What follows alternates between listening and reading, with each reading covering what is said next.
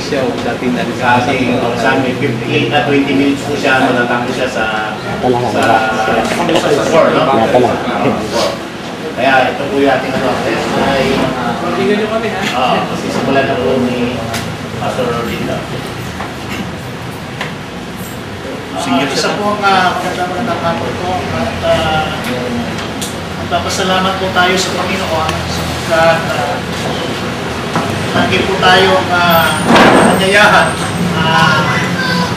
makapagbigay po ng paliwanagan tungkol sa mga naukol sa ating pananampalataya. At siguro po merong 3 linggo na nakararaan ay challenge po ako ni Brother Jerry at sabi niya ganyan, natutunayan niya na SDA daw po ang tunay na born again.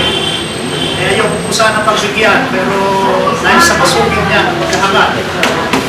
Dahil dati raw po siya born again, at hindi pa lang siya naging born again, at hindi ko raw niya natatuan ng born again sa SDA, kaya gusto niya itong patutuhanan ang SDA po ang tunay na born again. At pinagbigyan ko naman po siya. Nagkasundo po kami sa topic na yun. At through text messages po ay nagkaroon po ng confirmation ito bago pa maganap ito. Ngunit, nagtataka po ako ngayon na nagkaroon po ng pagbabago ng topic. Dahil sa unang topic po, sa pagpapatutuo niya, na ang SDA ang tunay na born again, dapat siya po ang talagang una o siya po ang affirmative. Lumalabas kayo na sa pagbabago po ng topic na ito, alin ang tunay na born again, ay ako po ang magiging affirmative. May pagbabago po malaki.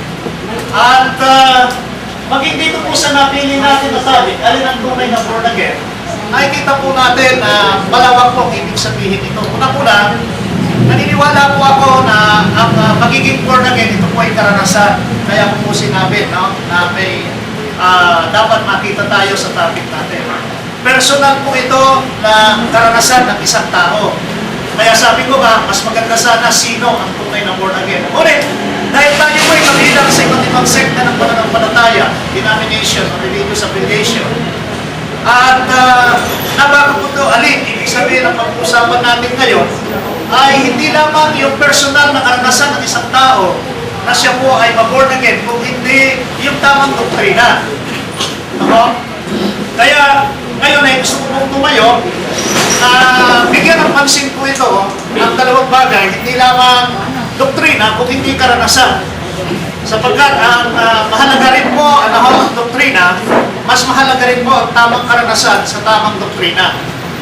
Sa Biblia po ay unang nakita ko na tinalakay dito ng ating Panginoong Jesucristo ang tungkol po dito sa born again. Nakita po natin ito sa John chapter 3, beginning verse 3 to 5. O dito pa lang sa verse 1. Tungkol po ito sa isang Pariseo na pangalan ay Nicodemo. At ang sabi po rito na ito pong Pariseo ito ay kilala po siyang guro. At kilala rin po siya na mataas na pinuno sa kanilang bansa. Lumapit po siya minsan sa Panginoong Jesucristo na naghahanap po siya ng tunay na kasagutan sa kanyang nararanasan na emptiness o kawalan. Bagaman siya religious leader, nakita niya na mayroon siyang pagkukulang para hindi niya maramdaman ang tunay na kaligtasan sa kanyang buhay. Paglapit niya sa Panginoong Jesucristo, ay sinagot siya ng Panginoon. Ang sabi niya, verily, verily, I say unto thee, except a man be born again, he cannot see the kingdom of God. Dito, pinakita ng Panginoon, unang-una, ang kahalagahan ng pagiging born again. Bakit po? Sapagkat, ang sabing ganon, ng Panginoong Jesucristo, maliban maranasan po natin ito, rebirth, o yung tinatawag na regeneration, ay hindi tayo makakapasok. Hindi natin makikita. We cannot see the kingdom of God. At dito sa baba, ng mga talata, sabi niya, we cannot enter the kingdom of God.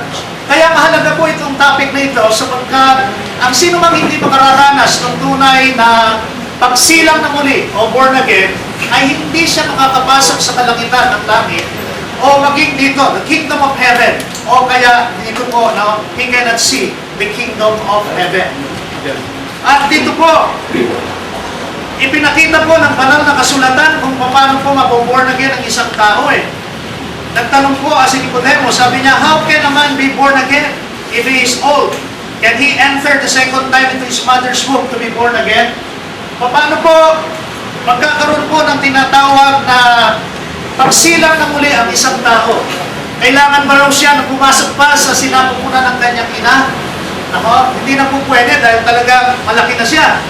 Kaya sabi po ni Jesus Christ sa kanya, Jesus answered in verse 5, Verily, verily, I say unto thee, except a man be born of water and of spirit, he cannot enter into the kingdom of God. So meron pong proseso ang pinakita ng Panginoon kung paano po makakapasok ang isang tao sa kaharian ng langit sa pamagitan ng pagiging pagsilap na muli. At paano raw po isisilap na muli ang isang tao? Ang sabi po ng Panginoong Hesus dito, kailangan isilang siya sa tubig at saka sa Espiritu. Ang binabanggit po rito, ang Holy Spirit. At dito, sabi po ng banal na kasulatan, that is born of flesh is flesh, and that is born of spirit is spirit. Napakahalaga po na tayo po isinilang sa laman, ngunit, sabing ganon, kailangan isilang tayo sa panibagong pagsilang, revert, o yung tinatawag na pagsilang sa Espiritu Santo. At ang pagsilang po sa Espiritu Santo ay katulad daw po ng isang hangin. Sabi, the wind bloweth when it listen, and thou hearest the sound, but can not tell when it come and whither it go, so is everyone that is born of spirit. Kung paano raw po yung hangin hindi nakikita. Ganun din, bigla na lang dumarating na born again tayo. Sabi ko, karanasan ito, sapagkat dahil hindi ko pa alam ang katuruan sa pagiging born again, naranasan ko na po yung isilang na muli. Kaya sinabi ko, ito po'y karanasan. At dahil ito po'y karanasan, kailangan sabing ganun, maranasan ng bawat tao. Ulitin ko po, wala pa akong doktrina na nalalaman, wala pa akong tinatawag na sekta o pananampalataya. Ang nabasa ko po ang Biblia, naranasan ko na po ito, na ako po ay isilang sa Espiritu. Kaya, sabi ko nga, napakahalaga nito. At sabi niya, dito ng ating Panginoon, Verily I say unto thee, we speak that we do not know, and testify that we have seen, ye receive not our witness. So meron pong sinasabing patotoo ang Panginoon dito na kailangan manampalataya tayo, kailangan maging buhay tayong patotoo. Dito sabi ganon, if I tell you the heavenly things, nakakahulugan po, ang pinatututuhanan po ng Panginoon dito na tinatawag niya na makikita natin ang kaharian ng Diyos, o ang tinatawag na makakarating tayo at makakapasok sa kaharian ng Diyos pag tayo po ay na-born again, ay ang kalangitan. Naniniwala po ako ng kanila hindi sa kalangitan sa kanila, dito po sa lupa. Kaya dito po pinakikita na rito na ang ating po tinatawag na ating pong kalalagyan tungkol sa pagiging born again ay ang heaven. Dahil sabi po ni Jesus Christ dito, if I told you earthly things and you believe not, how shall ye believe if ye tell you of the heavenly things? So this is a heavenly reward po sa mga mananampalataya. Meron pong langit. At ang mananampalataya na born again ay para sa langit. Mahirap po tanggihan ng kapatid natin unang-una ito Dahil unang-una, sabi ko nga, kung tunay ang SDA ay born again, ang kanilang tinatawag na assurance na ang kanilang abode after judgment ay yung tinatawag na heaven. Pag sa lupa sila, hindi nila naranasan ang tunay na pagiging born again. At sabi ganon, all have to be born again. Lahat kailangan isilang na muli. Ano pong kahalagahan ng pagiging born again? Ibig sabihin nito, we are born in water. Hindi ko na po muna bubuksan yung being born in water. Pupunta ako sa being born in the Spirit of God. Ibig sabihin po nito, ng born again ay sa salitang Grego anothen. Ibig sabihin nito, born from above. Sabi dito sa na yung anothen, ibig sabihin born from above. Yung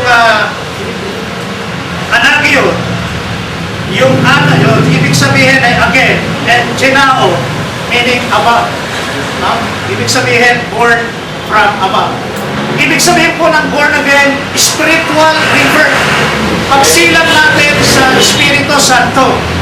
Paano po tayo sisilang sa Espiritu Santo? Sa tubig at saka sa Espiritu. Si John the Baptist na forerunner ni Jesus Christ bago dumating. Doon sa tinatawag na Matthew chapter 3, verse 11. Pinahayag niya rin yan. Sabi ko, naparito ako para magbaptismo sa tubig sa pamamagitan ng baptism of repentance. Ngunit ang paparito sa inyo, walang ibang Panginoong Jesucristo, siya ang magbabautismo sa inyo sa Espiritu at sa apoy. Kaya dito po meron ng kapahayagan ng pagbabautismo sa Espiritu Pinahayag na ito ni John the Baptist. Bakit po? Sapagkat meron ng pangako Doon pa lang sa Joel chapter 2:28, ang sabi po ng banal na kasulatan, in the last days, sabi po ni Propeta Joel, I will pour out my spirit upon all flesh. I will, sabi ng Diyos, pour out my spirit upon all flesh. Upon all flesh. Sa lahat po ng mga tao. Whatever po yung tinatawag na race, o kaya whatever yung color ng ating skin, saan man lugar sa buong mundo, ito ang pangako ng Diyos, I will pour out my spirit. Kaya there will be an outpouring of the Spirit. Kaya dito po, meron pong tinatawag na pag nag-outpour po itong Spirit, ay bubuhos po ang tinatawag na Espiritu Santo. Ang tawag po rito, baptism of the Holy Spirit. Kung titingnan po natin ang Acts, aklat po ng mga gawa, Kapitulo 1, talatang 5. Ganito po ang mga sinasabi. Pangako po ng Panginoon ito. Sabi niya ganyan sa Acts chapter 1 verse 5. Okay? Sabi po rito for John truly baptized with water, but ye shall be baptized with the Holy Ghost. Not many days hence. Ibig sabihin po nito ay talagang kinilala ni Jesus Christ yung pinahayag ni John the Baptist na may paparito, magbabautismo sa inyo sa Espiritu.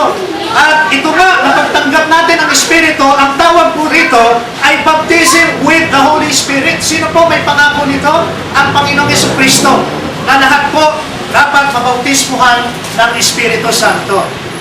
Ano po ang pangako ng Panginoon sa kanila? Ang sabi po ng banal na kasulatan na mananalangin ako sa Ama at John chapter 14 verse 16, ipagkakaloob sa inyo ang Espiritu Santo at sabing gano'n, He will dwell in you. Ibig sabihin, pag tinanggap natin ang Espiritu Santo, mananahan sa atin. Hindi lamang resident, kundi unang-una baptism. Ito pong word na baptism, meaning yung katulad ng water baptism, ilulubog ka sa tubig.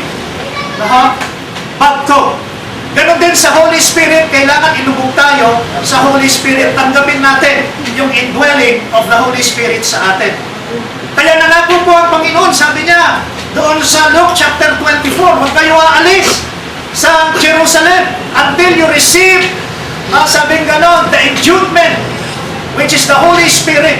Ibig sabihin, may pangako na ibibigay ng Panginoon sa lahat ng tao, maging sa una sa kanyang mga disipulo, ang Espiritu Santo. Kailan po dumating ito? Sa John chapter 2. Nung sila'y nagkakatipon, na po doon sa upper room, ay naranasan po nila. Bigla na lamang habang sila'y nananalangin, bumuhos po ang Espiritu Santo na sinabi po sa Acts chapter 2. Ganito po ang sabi. And when the day of Pentecost, dito po sa day of Pentecost, bumuhos ang Espiritu Santo, was fully come. They were all with one accord. Suddenly they came a rushing sound in heaven, the wind, and filled with the house they were sitting. Ano po nangyari nung nabaptize sila ng Holy Spirit? They were filled with the Holy Spirit.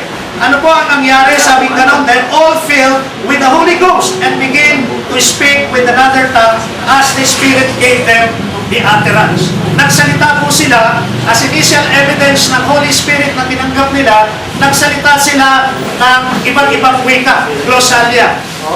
Iba't ibang mga wika na hindi nila pinag-aaralan as the Spirit gave them the utterance. Ibig sabihin nito, ang one of the initial evidence na tinanggap mo, ikaw ay naranasan mo ang baptism of the Holy Spirit, in filling of the Holy Spirit, meron po itong initial evidence. At ang initial evidence nito, nagsasalita ka ng iba't ibang wika, or you will prophesy in the name of Jesus Christ. Kung titignan po natin ito, nung tinanggap po ng mga apostol ito, habang sa Samaria, nangangaral po sa chapter 8, ito pong si Philip. Sabing ganon, verse 5, and Philip went down to the city of Samaria and preached Christ. Ano po ang nangyari? Sabi po rito, verse 17, and then he laid their hands on them and they received the Holy Ghost. Tinanggap nila ang Espiritu Santo. Ibig sabihin na they were baptized with the Holy Spirit na katulad ng sabi ni John the Baptist, katulad ng sabi ni Jesus Christ, they will be baptized. They will be baptized, immersed with the Holy Spirit. Kaya kung titignan din po natin, mga mahal, yung talata dito sa banal na kasulatan, sa Acts chapter 10. 10 minutes. 5 minutes na. 5 minutes. Sa Acts, dito po sa aklat ng Acts, chapter 10, verse 44. Si Cornelius, ang kanyang pamilya, nangangaral po si Peter. At ang sabi po ng banal na kasulatan, habang nangangaral po si Apostol Pedro, ay bumuhos po ang Espiritu Santo sa kanila. No? Sabi po ng banal na kasulatan, at nagkaroon sila, no? Sabing gano'n, ng initial evidence. They prophesy in the name of Jesus. Sabi ng verse 44, while Peter yet spake unto this word to the family of Cornelius, the Holy Ghost fell on them which heard them the word. Ibig sabihin, hindi lamang po sa Jews, ibinuhos ang Espiritu, kung hindi lalong-lalo na sa Gentiles, sa mga Hentil, katulad ni Cornelio na Hentil, ito ang unang pagbuhos ng Espiritu, lalong-lalo na sa mga Hentil. Kasama rin yun sa Samaria. Samaria kasi half Jew yun. Pero ito ang first Gentile outpouring of the Holy Spirit doon sa Joel 2:28. Kaya meron pong tinatawag na baptism of the Holy Spirit. No? At itong baptism of the Holy Spirit, kung titingnan natin, ito ang kailangan ng mga mananampalataya. Baptism with the Holy Spirit. Kung hindi po tayo na-baptize ng Holy Spirit, hindi po tayo tunay na born again. Kung hindi tayo tumanggap ng Holy Spirit, na katulad dito ng mga apostol, katulad dito ng mga Hentil, katulad nila Cornelius, at ang iba pa, no? Dito sa Book of Acts, tumanggap sila ng tinatawag na baptism of the Holy Spirit. Kaya pinatutunayan ko na ang tunay na born again ay tumatanggap unang-una ng baptism of the Holy Spirit. Ano po ang baptism of the Holy Spirit? Ibig sabihin ito, ito po ay experience, karanasan. Makita natin mga apostol karanasan nila itong baptism. Sa Acts chapter 2, Pentecost. Yung mga taga-Samaria, naranasan nila. Si Cornelius, naranasan nila. Maging dito sa Acts chapter 19, si Paul o si Peter, habang nangangaral doon sa Epeso, sinabi niya, tinanggap niyo na ba ang Holy Spirit? At tinanggap lang namin, baptism ni Jesus Christ Baptism lang ng water. Sabing gano'n, inilay hands ni Paul ang kanyang kamay at they received, sabing gano'n, the baptism of the Holy Spirit. Nagsalita sila ng iba't ibang mga wika. So, paano natin malalaman na nabaptize tayo ng Holy Spirit kung walang initial evidence? Maaaring sabihin, ako nabaptize ako born again na But without the initial evidence, kailangan magkaroon tayo ng tinatawag na ebidensya. Ngayon, kung siya merong ebidensya na baptize, tinanggap niya ang Holy Spirit, yan. Sabi ko nga, it is an experience. Naranasan ko po ito. Nung nananalangin po kami, ang congregation from the whole Philippines, ng mga born again, pinapanalangin natin ang ating bansa. Dahil ang sabi doon, if my people shall humble themselves, 2 Chronicles chapter 7:14. If my people who are called by my name shall humble themselves and pray and seek my face, then and then I will hear their prayer in heaven, forgive their sin, and heal their land. Kaya, ang pinanalangin po namin ang nation, doon ko natanggap ang presensya ng Panginoon. Nabaptize ako ng Holy Spirit, Nagsalita ko ng iba't ibang wika na hindi ko naman pinag-aaralan. Almost 1 hour po na nagkaroon ako ng tongues. At nung nangyari po 1 yun, minute. I was never the same again. Hindi na po ako yung dati na bago ako katulad ng mga apostol. At natuto po ako mangaral sa mga kalsada, natuto ako mangaral sa pulpito, natuto ako na maging tunay na witness sapagkat sinabi sa Acts 1:8, when you receive the Holy Spirit, you shall receive power and you shall be my witnesses both in Jerusalem, Samaria, and Judea. Kaya napakahalaga po na without the infilling, without the baptism of the Holy Spirit, you cannot preach, you cannot teach the Word of God with power and anointing of the Holy Spirit, with signs, wonders, and miracles follows.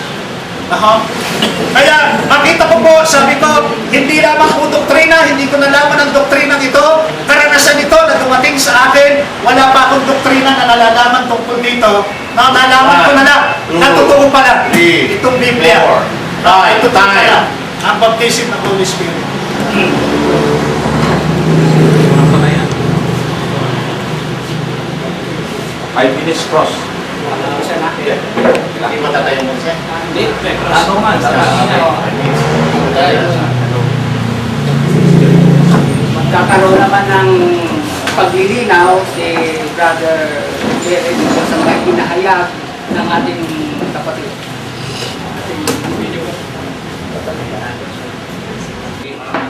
Pindot-pindot lang. Okay, ah. Pindot ka rin dyan. Ready? 1, 2, 3. Okay, tanong po, mga pastor, harin nyo. Bago mo kayo umalig sa inyong samahan ngayon na full gospel, kayo mo ba ay dati Katoliko? Tama ko ba yun? Dati po ako Katoliko. Okay, kasunod ko po tanong. Noon kayo ay umalis sa pagiging Katoliko at sumama sa bagong isang ginalibang pananampalataya. Ano ho ang dahilan ninyo kung bakit nyo iniwan nyo pananampalataya at ako? Sabi ko nga, nagbasa ako ng Biblia nung ako'y Katoliko at naranasan ko ito, no? Nung binasa ko yung Biblia, naranasan ko ito, sinabi ni Jesus Christ na kailangan ko born again. Yun ang dahilan. At nagkaroon ako ng tinatawag na pangitain, panaginip o vision and dreams. Okay, sumagot. Nakita ko ang Panginoon, no? Tungkol sa Revelation. Sumunod ko na tanong, hindi ba kayo pwedeng maging born again sa loob ng Katoliko? Hindi po nila itinuturo ito na magmula nung ako'y Katoliko, hindi nila itinuturo sa akin. Yung inyo pong sinasamahang born again ngayon, yan na po yung tunay na born again. Yan po ang aking pananampalataya. Yan na po ang inyo. Yun na po ang tunay na born again. Yan ang aking pananampalataya. Okay. Paniniwala. Paniniwala. Maliban sa inyo, wala nang born again iba. Marami po. Marami. Tunay din silang lahat. Sabi ko nga, kung naranasan po nila, itong karanasan, Hindi, mga apostol. Kaya nga, tunay ba silang lahat? Ang sabi ko nga, ito po ay dapat sino personal sabi ko nga. Pero talakayin natin personal at saka grupo. 3 minutes. Hindi ko po masasabi yung grupo Hindi, kasi yung tanong lang, simple, tunay ba silang lahat? Alam nyo, kahit naman miyembro po namin sa church, hindi ko masasabi na tunay kagad, lalong-lalo na yung bago na hindi pa So naranasan. sa mga tuwid po, hindi lahat ng miyembro nyo tunay na born again. Yung iba, habang dumadalo na born again, iba born again. So hindi tunay na born again ang inyong sinasamahan nyo dahil hindi tunay. Tunay dahil nasa tao yun kung nananampalataya siya. So hindi sekta po ang inyong tunay, yung mga nandun sa loob. Sabi ko nga tao ito'y karanasan, hindi ito So sa mga tuwid, yung inyong pong samahan na full gospel church, hindi tunay na born again. So, yung tanong niya, yung samahan ni naniniwala ako na tunay nga Tunay na born again. Eh paano yung mga hindi ninyo kasama na born again, hindi tunay na born again? Sabi ko nga na marami pa ang na-born again kung naranasan nila ito kahit nasa ibang sekta sila ng pananampalataya. So tunay din. Tunay din. Tunay din. Basta naranasan nila yung karanasan, tunay. Halimbawa, merong nakalagay Amazing Grace Christian Fellowship. Tunay din na born again yun. Kung sabi ko nga, naranasan ng bawat tao na miyembro itong karanasan na ito, tunay sila. So baka tuwid, merong tunay na born again na hindi nyo kagrupo. Meron. Meron. Okay, tanong, bakit hindi mo kayo nagsasama-sama sa isang grupo ng born again?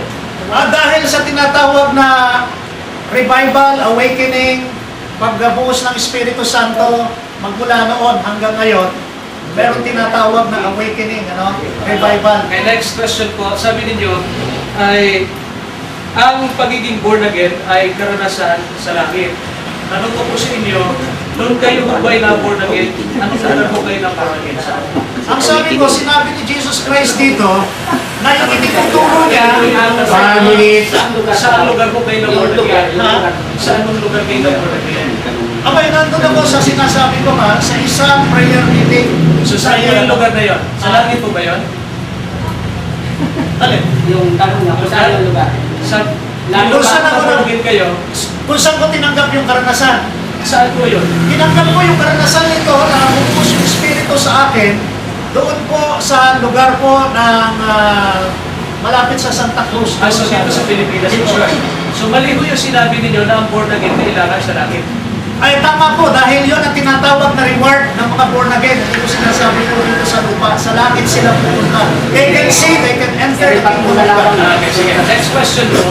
Ang sabi ninyo, ang born again ay hindi lamang karanasan, kundi 50 seconds. doktrina. Tanong po, ano ho ang dapat malaman ng tao maliban sa siya maging born again na doktrina? Para sa karanasan.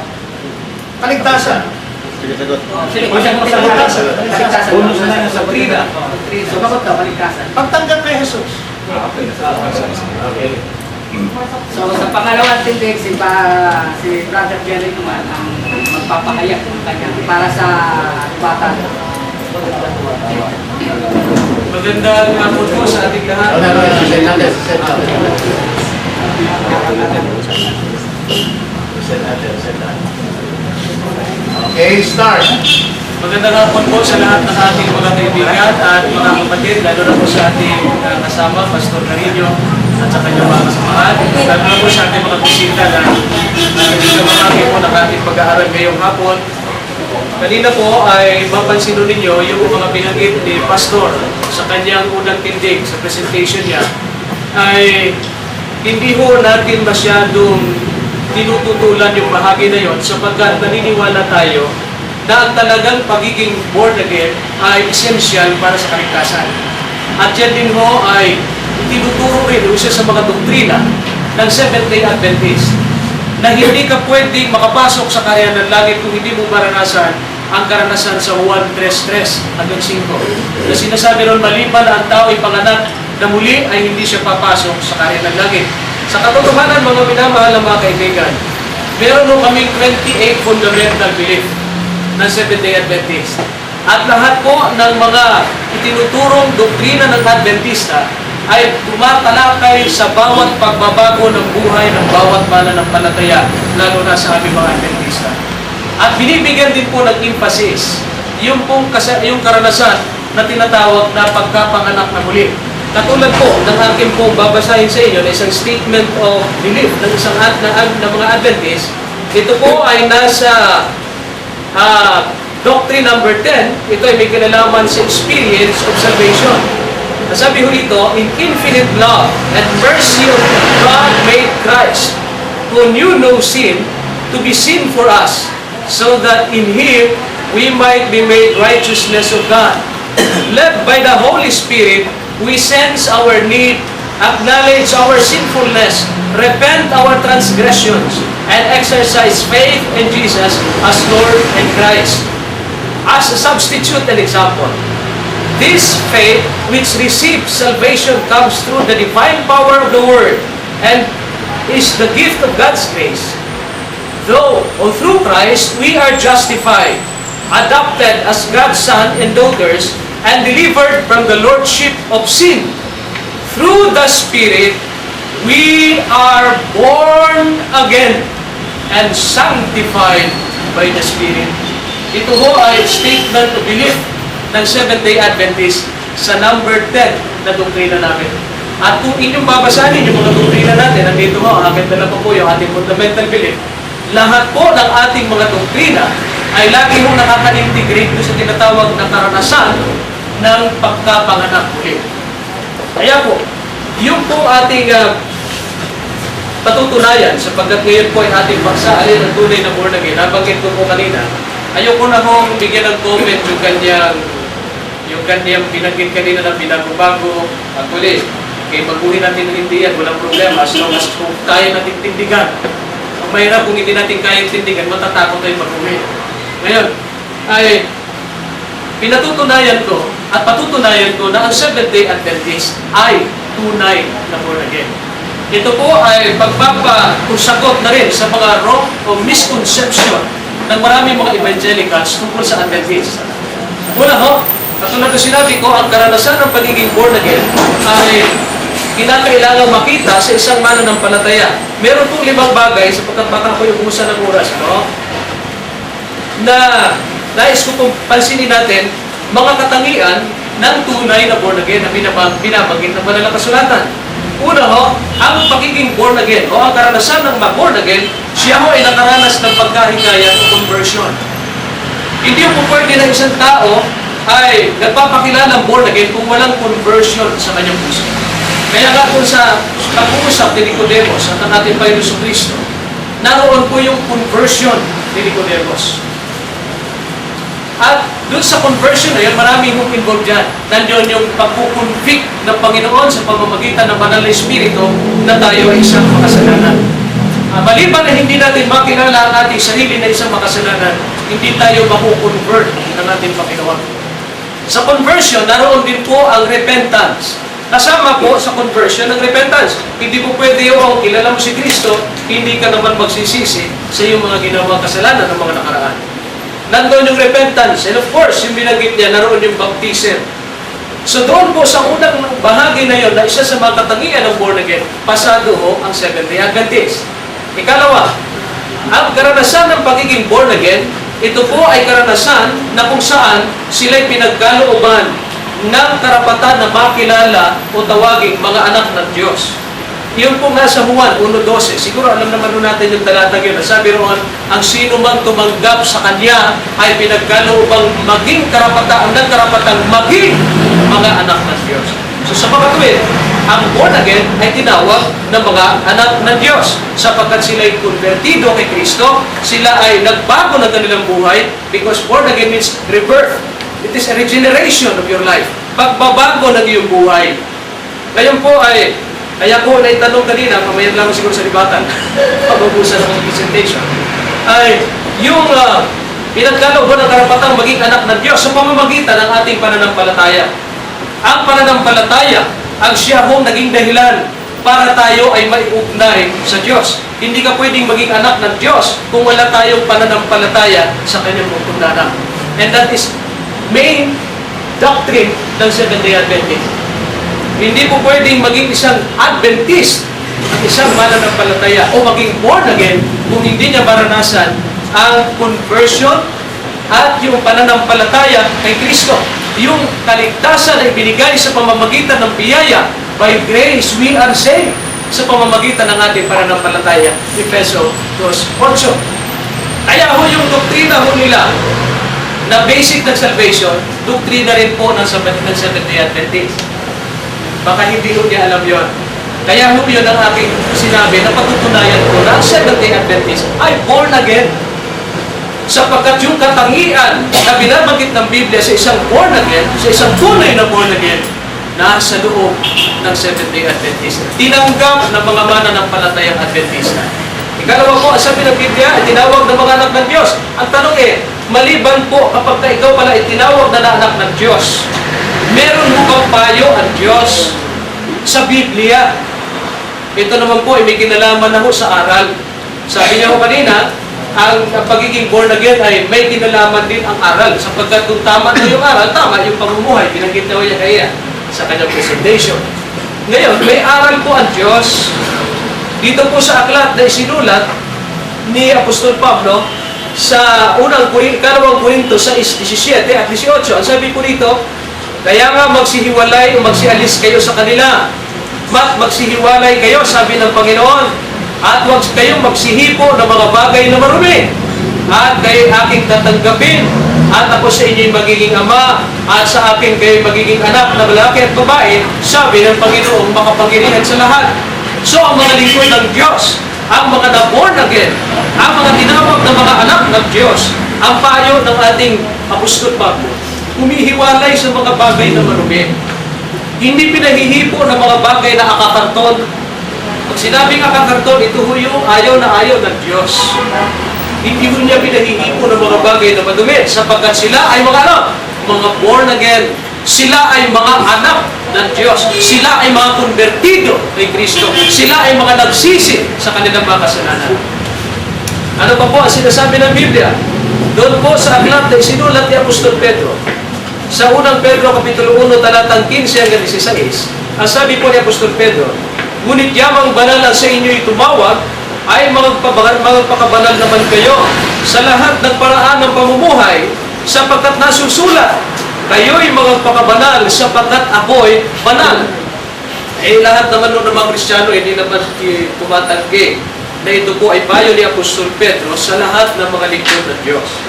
Particularly sa nagpapakilala mga Kristiyano o born again.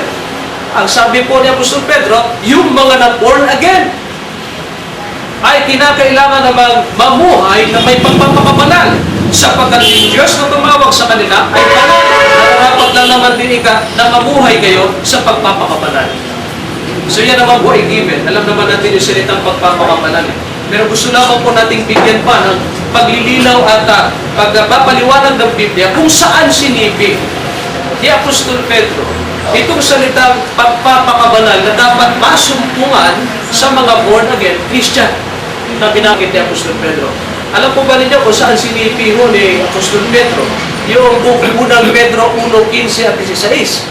Yan po ay mababasa ninyo sa aklat ng Levitico 11:44 at 45. Ganito po ang ating mababasa. Sapagkat ako ang Panginoon ninyong Diyos, magpakabanal kayo at kayo'y magiging mga banal.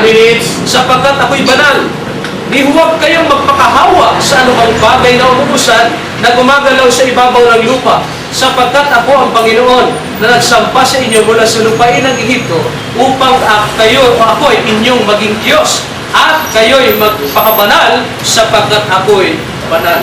Saan po hinango ni Apostol Pedro ang utos o ang payo sa mga Kristiyano na born again dun sa unang Pedro na magpakabanal? Ito po ay hinango ni Apostol Pedro sa aklat ng Levitico na may kinalaman pala ang kabanalan sa kung ano yung iyong kinakain. So kung ano yung iyong inalagay sa katawan mo, ay sabi ng Levitico, huwag kayong magpakarumi, huwag kayong magpakarumal-rumal sa mga gumagalaw ng mga hindi tinuturing ng Diyos na pagkain. Kaya yung mga anak ng Diyos, yung mga na-born again, namumuhay na nagpapakabanal. Sa lahat ng aspeto, hindi lamang ang pagsamba ang nagpapakabanal. Even yan, wala tayong divided yan. Yung pagbabasa ng Biblia, bahagi ng pagpapabanal, iyan mo ay wala tayong tutol yan. Lahat tayo ay bahagi ng pagpapabanal. Yes. Yung pong pagsamba natin, pagpunta ng kapilya, pagdalo sa mga gawain, pagpapakabanal, wala tayong divided yan. Pero yung isang bahagi na binabanggit ng Biblia, na isa sa mga doktrina sa mga lingkod ng Diyos na mga born again, na umiwas sa mga karumalduman, umiwas sa mga marurumi o mga bagay na marumi, sila po ay pinapaiwas mga anak ng Diyos, mga Kristiyano yan. So ulitin ko po, ikalawa, yung mga katangian, una ho, sila ho ay merong conversion, pangalawa sila ay pinagkalooban ng karapatang maging mga anak ng Diyos, sa pamamagitan ng pananampalataya at buhay na may kabanalan, na may kinalaman sa kanilang pag-iwas sa mga bagay na marumi. At ano po ang sinasabi ng Biblia? Ang kanilang buhay ay palaging guided by the Word of God. Ay alam po ninyo, ang mga Adventista ay lagi ho dala-dala ang Biblia. At ito ha, sandata ng isang Kristiyano. Bago kami matulog sa gabi, meron kami tinatawag na sundown worship, meron kami tinatawag na sunrise o yung worship devotional sa umaga. Napakabanal ang buhay ng mga Adventista. Eh kung kaya hambing lang ho natin, hindi naman ito personal, ang buhay ng mga Adventista sa buhay ng ibang mga reliyon, ay ihamak na may kasabihan nga, baka sumubra pa sa langit eh. kung talagang gagawin lamang ng mga Adventista ang itinuturo ng Biblia na sinasabi ng naturo din ng mga Seventh-day Adventists. Mga minamahal na mga kapatid, guided by the Word of God. And pang-apat, merong transformation o pagbabago sa kanyang buhay. Yan yung mababasa natin sa 2 Korintos 5:17. Ang karanasan ng pagiging born again, nababago ang buhay. Hindi ho yung born again ang langit. Tulad ng tinanong ko kanina kay Pastor Dindo kung siya Katoliko, natural, kung Katoliko siya, sumasamba siya sa ribulto. Eh, sapagkat siya na born again, hindi na siya sumasamba sa ribulto. Hindi na bago ang buhay, ang problema lang niya, yung ibang kautusan, ayaw niya. So, mayroong problema pa rin ng transformation sa buhay, sapagkat may kinalaman ang doktrina sa pagiging born again. Hindi ka pwedeng maging born again kung hindi tama ang doktrina. May malaki hong kinalaman yan, mga kaibigan. Ano sinasabi ng Biblia sa transformation ng buhay? Kung dati lasinggero ka, ngayon hindi na. Kung dati ikaw ay hindi humble ang attitude mo, ngayon ay humble na. Kung ikaw dati ay walang good fruit sa iyong buhay, ngayon ay meron na. Kung ikaw dati ay hindi kontento sa mga bagay na ibinibigay ng Diyos, ngayon ikaw ay contented na, ikaw ay mahabagi na, ikaw ay meron ng pagpapatawad sa iyong kapwa. In short, nabago na hindi lamang ang buhay, kundi maging ang kanyang aral na dala. Hindi ho po pwede ho yung sa buhay lamang na babago, hindi maging ang kanyang aral. Sapagkat may malaking kinalaman ng doktrina sa aral. Katulad ng ating mababasa sa unang Timoteo 4:6. Ang sabi ni Apostol Pablo kay Timoteo, kung ipaalala mo sa mga kapatid ang mga bagay na ito, ikaw ay magiging isang mabuting ministro ni Kristo Jesus na ikinakambili sa mga salita ng pananampalataya at ng mabuting aral na alinsunod mo o sinusunod mo hanggang ngayon. Pag aral mo mali, mali din yung buhay mo tiyak. Kaya nga kapag aral mo nilalabanan mo yung utos ng Diyos tiyak ang buhay niyan labag din sa utos ng Diyos. Lalo na kung ituro mo. Hindi na ka problema. Kaya nga kapag hindi na naubos ang oras natin, mamaya sa tanong at tatanungin ko kung nabago ito talaga siya. Okay po? Sapagkat, ang sabi pa ni Apostol Pablo, bibigyan ko kayo ng mabuting aral. Huwag ninyong bayaan ang aking kautusan. Yung palang aral may kinalaman sa kautusan. Sa ayon doon sa aklat ng Kapitulo 4, talatang 2. Ano ba? Sabi sa unang ikalawang Timoteo 3:10. Ngunit sinunod mo ang aking aral. Ugali, akala, pananampalataya, pagpapahinuhod, pag-ibig, pagtitiis. Ano sinasabi ni Apostol Pablo kay Timoteo? Sinunod mo ang aking aral, pati ang aking ugali. Nais po natin pansinin yung salitang ginamit ni Apostol Pablo kay Timoteo. Yung salitang sinunod mo ang aking ugali. May malaking kinalaman yung ugali ni Apostol Pablo na sinundan ni Timoteo. Ano ba isa sa mga ugali ni Apostol Pablo? Doon sa aklat ng Gawa 17:2. Ang sabi ho roon, tuwing Sabat, si Apostol Pablo, masusumpungan ko sa sinagoga. Ugali niya yun. Pangatlo, saan hinango ni Apostol Pablo yun, yung ugali niya? Ugali niya po yun, hinango niya kay Kristo. Doon sa aklat ng Lucas 4:16, ang sabi ng Biblia, at sinapa sa Nazaret na kanyang nilakihan at ayon sa kanyang kaugalian. Sa makatwid, yung ugali ni Pablo, tinularan lamang yung ugali ni Jesus. At ano sabi ni Apostol Pablo sa unang Korinto 11:1? Sabi niya sa mga alaga, sa kanyang mga kapatid sa pananampalataya, magsitulad kayo sa akin, gaya ko naman na tumulad kay Kristo. So, ang tunay na born again, nababago ang buhay, tinutularan ang ugali ni Apostol Pablo, na siya namang tinularan ni Apostol Pablo sa Jesus sa kanyang kaugalian, tinularan naman dapat ng mga Kristiyano ang ugali ng mga apostol. Lalo na ang ating Panginoon. Mga minamahal ng mga kapatid, meron pa hong last na ito, sa 5 minuto na po, lumalayo sa kasalanan. Natural, kapag ikaw ay born again, lumalayo sa kasalanan. Ang ibig sabihin po, maikli lang ang ating oras, ano ho ba ang ibig sabihin ng kasalanan? Sa Biblia ho, sa unang Juan 3:4, ang kasalanan, ito ay pagsalansang sa kautusan ng Diyos. Hindi ho itinuturo ng mga Sabatista na kautusan tagapagligtas. Napakadami ho namin libro na kung titignan nyo, mas magagaling pang tumutol sa sa mga Adventista, kung ang pag-uusapan ay righteousness by works. Sapagkat hindi ho namin itinuturo na ang kaligtasan ay sa pamamagitan ng mga gawa. Ang kaligtasan ay sa pamamagitan ng pananampalataya. Ang gawa na ito na binabanggit ay upang mailayo tayo sa paggawa ng kasalanan. Itinuturo natin ang kautusan ng Diyos ay kinakailangan natin sundin upang huwag tayong magkasala, sapagkat ang kasalanan ay paglabag sa kautusan. Kaya mga minamahal na mga kapatid, sapagkat wala na po akong oras, mamaya po matulubi ng Diyos kung meron pang panahon. 2 minutes, may dalawa pa. Kami dalawa pa. Oo.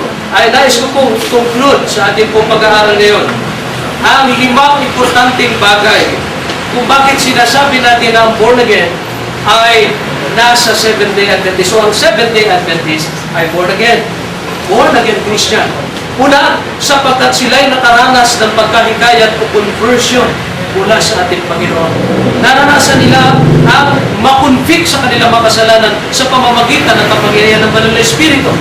Sila ay pinagkalooban, pangalawa, sila ay pinagkalooban ng karapatang tawaging mga anak ng Diyos. Ang born again ay tinawag na the children of God, mga anak ng Diyos. Kaya sapagkat ikaw ay anak ng Diyos, hindi ka pinakakain ng mga bagay na marumi. Nagtataka lamang ako doon sa ibang mga relihiyon eh. Nagpapakilala ang born again daw. Nagsasabi may doktrina daw. Pero, bakit ayaw sundin yung sinasabi ng Diyos sa kanyang mga anak na huwag humayong po? Nagpapatunay ho ito na talagang wala sa kanila ang katangian ng pagiging born again na pinabanggit ng Biblia. Ikatlo mga kapatid, ang tunay na born again na masusumpukan sa Adventist ay ang buhay nila ay palagi ang guided by the Holy Spirit, by the Word of God. At ika-apat, merong transformation o pagbabago sa kanilang buhay. Hindi lamang sa kanilang pong sa kanilang physical o kanilang attitudes. Hindi lamang po sa kanilang pong mga bisyo na bago, kundi maging sa mga doktrina. Kung dati ho ay mga aral ay paltos, ngayon po hindi na. Kung dati ho ay sumusuway sa kautusan ng Diyos, ngayon po hindi na. Ang ikahuli at ipanlima, ang mga born again na karanasan sa mga Adventista ay lumalayo sa kasalanan. Ito'y galing sabay ng kasalanan. Ibig sabihin, sinusunod nila ang kautusan ng Diyos. Hindi para maligtas, kundi upang huwag magkasala para manatili ang karanasan ng pagiging born again. Salamat po.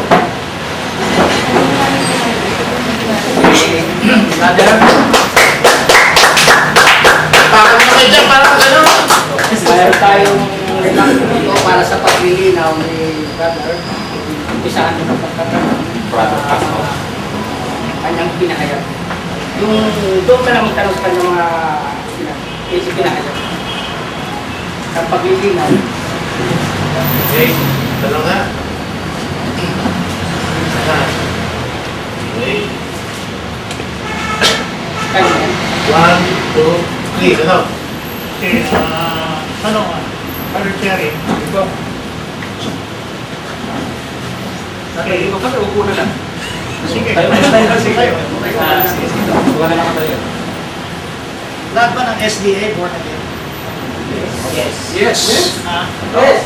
Lahat ng miyembro ng SDA born Okay, again? second. Anong po? Lahat ng miyembro ng SDA born again? Katulad po ng inyong sagot din kanina, na hindi lahat ng inyong relihiyon, yung miyembro ng inyong samahan ay born again. Meron din dyan mga loko, di ba? So, di sa Adventist, meron din talaga. Pero, ang sinasabi natin karanasan ng born again as a group, not as an individual.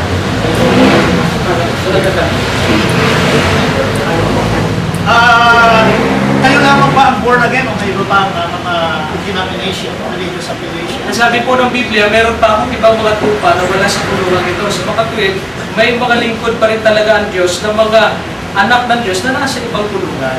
Ibig sabihin ba niyan, hindi lang ang SDA ang tunay na born again? Kailangan makaranas sila, katulad din ang sagot ko kanina, ng pagiging born again. Kung nandun sa kanila yung mga katangian na binabanggit ko kanina, born again yun.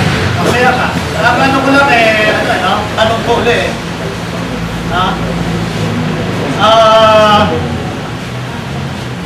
ito ba pagiging born again meron sa ibang mga denomination?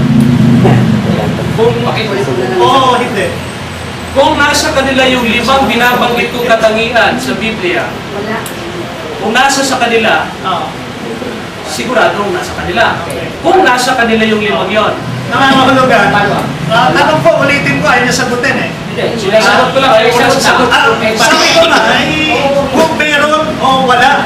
Oo ba o hindi? Sabi ko nga ho kanina, kung nandun sa kanila yung lima, Sige, hindi kasi may yung tanong ko, hindi naman pwede sa kategorika na oo, kaya pwedeng tama yung kanya sagot. Paano, follow up ko na lang. Follow up ko na lang. Sige. So, anong denomination ang kasagutin mo ng mga born again Christian? anong denomination? Denomination.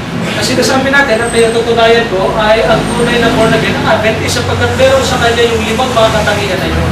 Meron ka ba lang na denomination na born again Christian? Nagpapanggap lang na born again, meron. Kinahulugan, walang tunay na born again kundi SDA. Tama. Ayon sa puro.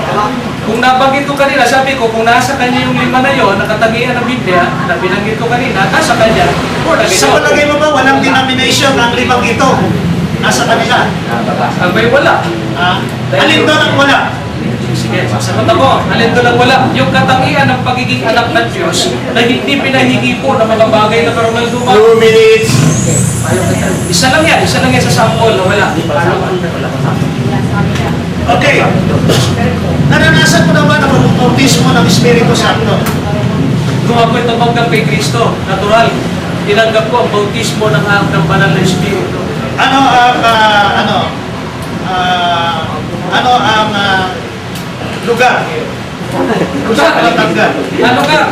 May Paranaque din. Nakita mo talaga binautismohan eh, Paranaque. Paano mo tinanggap? Anong karanasan natanggap mo? Ay sinasabi ng Biblia, sumampalataya, babautismuhan, maliligtas. Nung ako'y nabautismuhan, tinanggap ko ang Panginoon sa Kristo, tinanggap ko rin ang banal na Espiritu. Meron bang ebidensya na mapapakita ka na tinanggap mo? ang Ay, Espiritu? napakadami mo. Pagbabago ng buhay, pagbabago ng doktrina, tinanggap ko lahat yun. Ito ay inward manifestation eh. Yung outward manifestation. Hindi ho ba yung pagbabago ng buhay, that is an inward manifestation? Yun ang mga buhay Tinatanggap ko. mo ba nung mga apostol at saka mga Christian, no? Katanggulat ng sinabi ko, nung tinanggap nila sa Yesu Kristo, tumanggap sila ng Espiritu Santo, nabautismuhan sila, nagkaroon sila ng tinatawag na spiritual manifestation, speaking of the tongues, nagkaroon sila ng prophecy. Naranasan mo ba yan katulad ng mga apostol? At saka ng mga Christian, katulad ni Cornelius, katulad sa Efeso, ng mga bagong Kristiyano, naranasan mo ba yun? Iba ang karanasan ng speaking in tongues ng born again na sinamahan mo sa 1 karanasan ng minute born and 30 again seconds. sa speaking in tongues sa Biblia. Kaya hindi ko masasagot ka kasi iba yung interpretation ng speaking in tongues sa speaking in tongues sa Biblia. Pero hindi ka naman mag-speak in tongues, hindi ka nagkaroon ng prophecy. Hindi ko naranasan yung mali mong speaking in tongues. Quiet! Tanong ko, kung naranasan mo at nag-speak in tongues ka o prophecy, na initial evidence 4, na pag-isip ng Holy 5, Spirit. 6, 7, 8, 9, 0! Time! Nakita ko yung iba nag-sprinter kagad siya. Moderator no, time na. Time na. Nakakalaga mo putol, basta ako sa Sa pangalawang tinig, pwede ka lang sa pangalawang tinig para bigyan naman ng linaw yung mga tanong na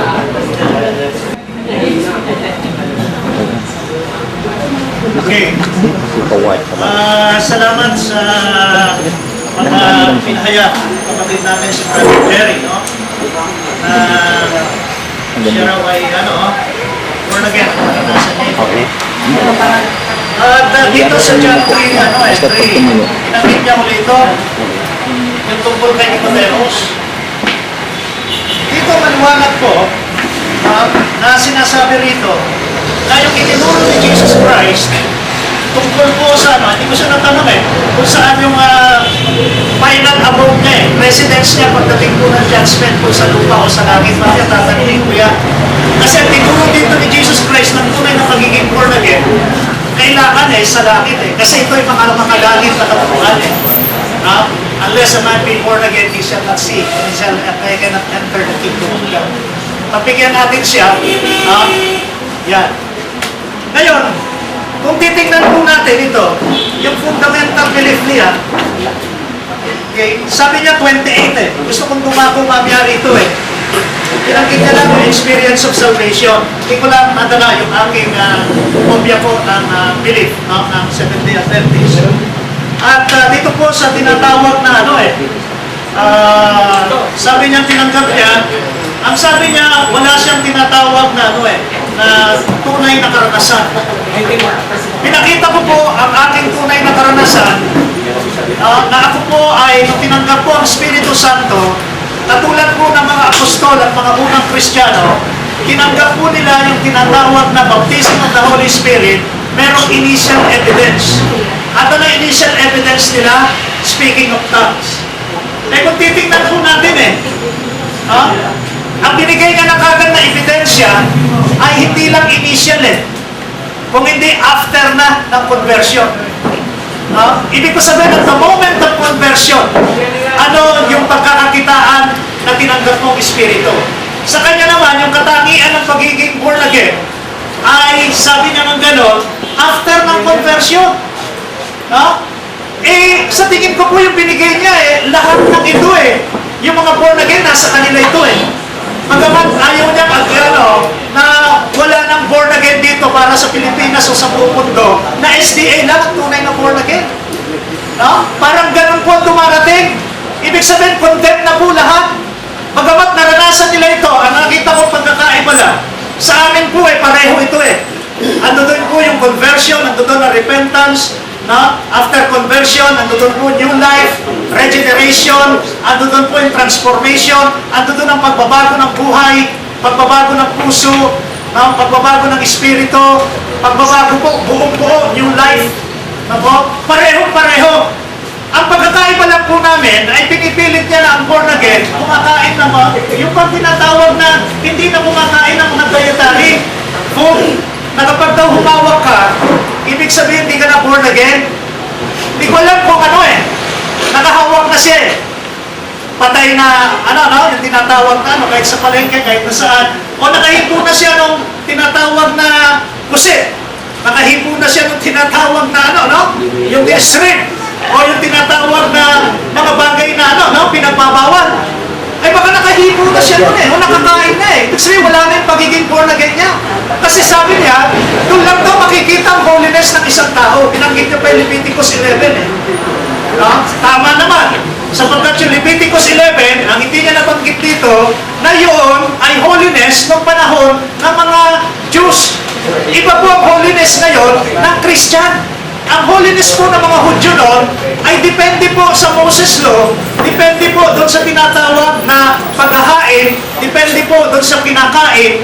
Yun po ay mga mga katuruan na ginagawa po, na kinukonsider ng Diyos na holy sila kapag hindi pa sila kumakain ng mga marurumi, yung mga tinatawag unclean animals.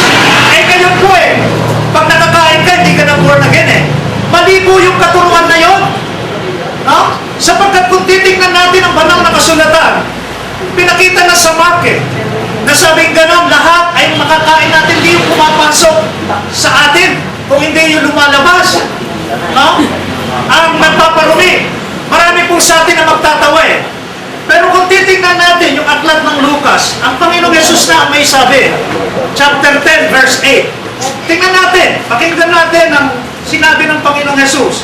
Sa Luke chapter 10, kanina, tinitingnan ko, hinahanap ko Okay? Verse, ano po yun? Hanapin ko lang, Verse, Luke chapter 10, verse 8.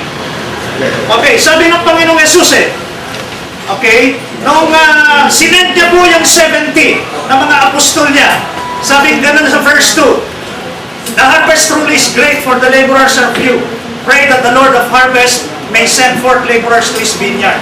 Sabi niya, go your ways. Behold, I send you as pork lamb to wolves. Neither carry furs nor strip shoes, salute no man. And into whatever house you enter, say peace unto this house. And if the Son of Man, there be peace, shall rise upon it, it shall not. It shall turn to you again. And in the name remain, eating and drinking such thing as they did. Sabi ng Panginoong Yesus, sa pupuntahan yung bahay, inumin nyo, yung mga kainin ninyo, for the laborers is worthy for his hire, go not from house to house, verse 8. And into whatsoever city ye enter, and they receive, you eat such thing that are set before you.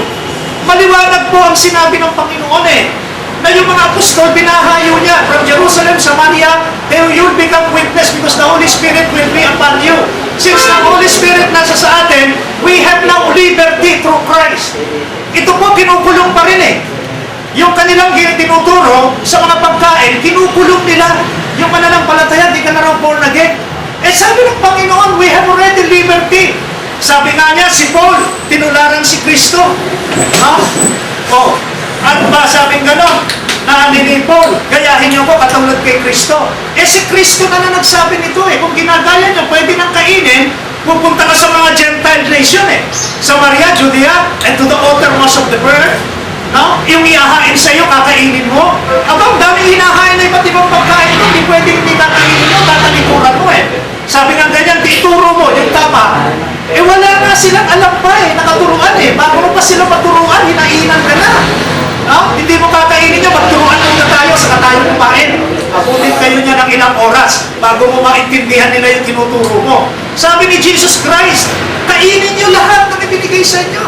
And this is why what we call worldwide evangelization. Kung ganyan tayo, hindi natin maaabot ang lahat ng buong mundo. Kung pipiliin natin ang kakainin natin. Ako? Eh dito sabing ganun, go into all the world.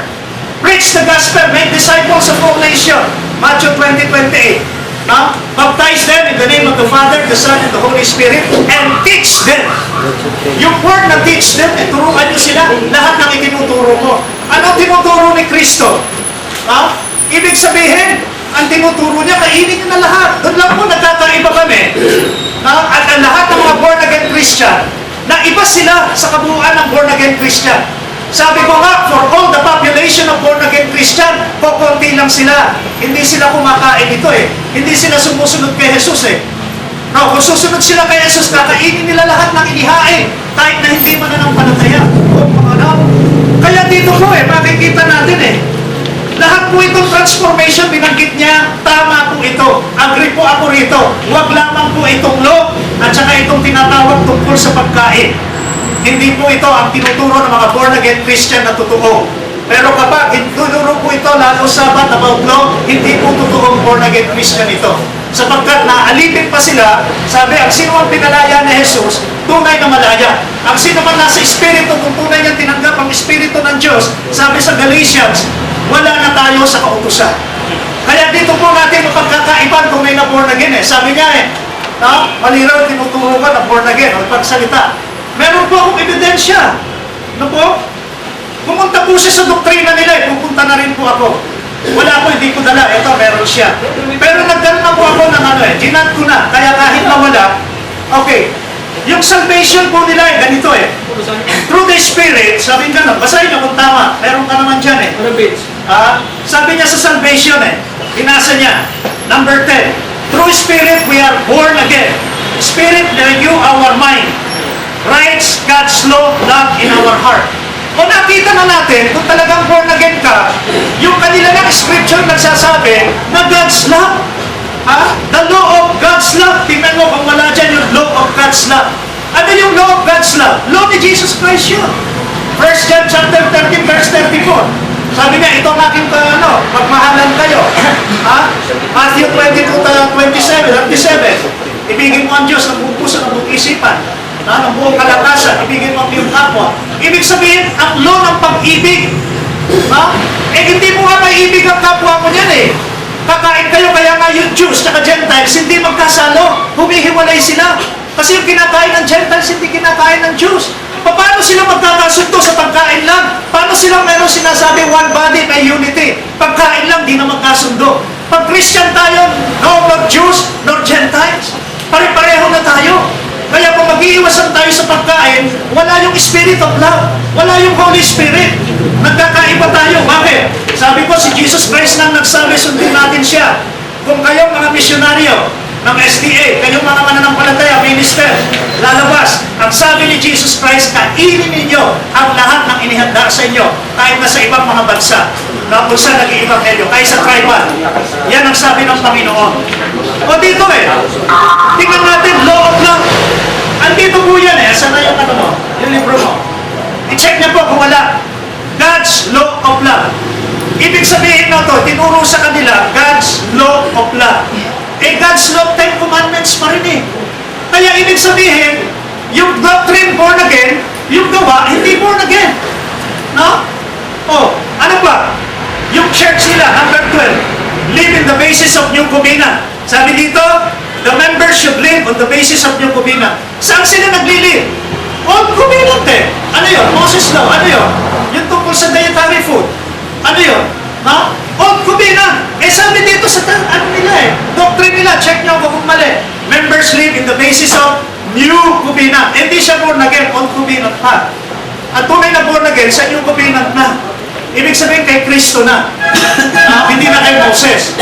Okay. Ang remnant, number 13. A remnant has been called out to keep the commandment of God. Ano itong commandment of God? Revelation 12:17. Ito yung commandment ni Jesus Christ eh. Love, baptism. Tingnan natin. A symbol of our union with Christ. Forgiveness sin. Reception to the Holy Spirit. Hindi baptism. Reception lang. You could receive, pero hindi yung fullness. Ang sabi ng baptism, fullness eh. Kaya nga si Jesus Christ, sabi niya sa mga disciple niya, nung siya nabuhay na magmuli eh, receive ye the Holy Spirit. O tinanggap na nila ang Holy Spirit eh, ng mga apostle eh. Pero pagdating sa Acts chapter 2, nung umakyat na ang Panginoon, pinadala ang Espiritu Santo, sabi ni Jesus, you shall be baptized. At tinanggap niya, he received only, he was not baptized, kaya wala pong tongues, walang initial evidence. No? At dito, sabi dito sa Lord's Supper, as we partake, we joyfully proclaim the Lord's death. We joyfully proclaim.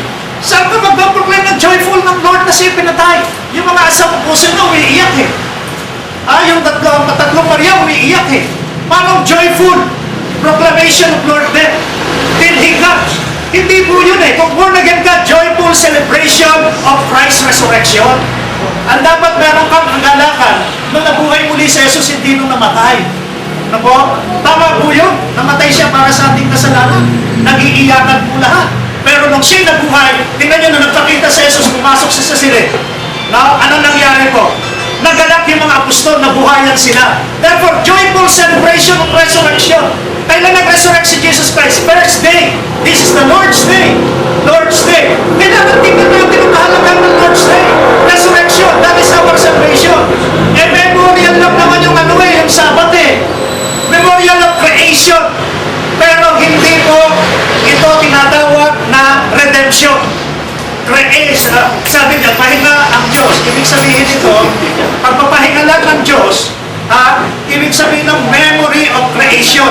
Eh nung na si Kristo, namatay sa krus ng Kalbaryo, hindi po memory of creation yon. Ang pinagdidiwang ngayon ng Christian, memory of redemption.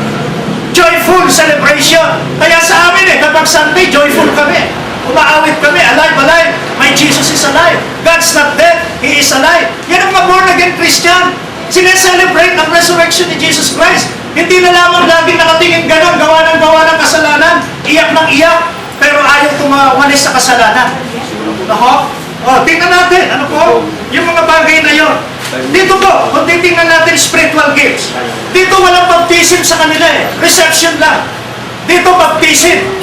Kaya hindi tunay na born again. Paano hindi na baptize? Ulitin ko, hiningahan ni Jesus Christ nung nakuha siya, receive the Holy Spirit. Dapat nasa kanila ng Holy Spirit eh.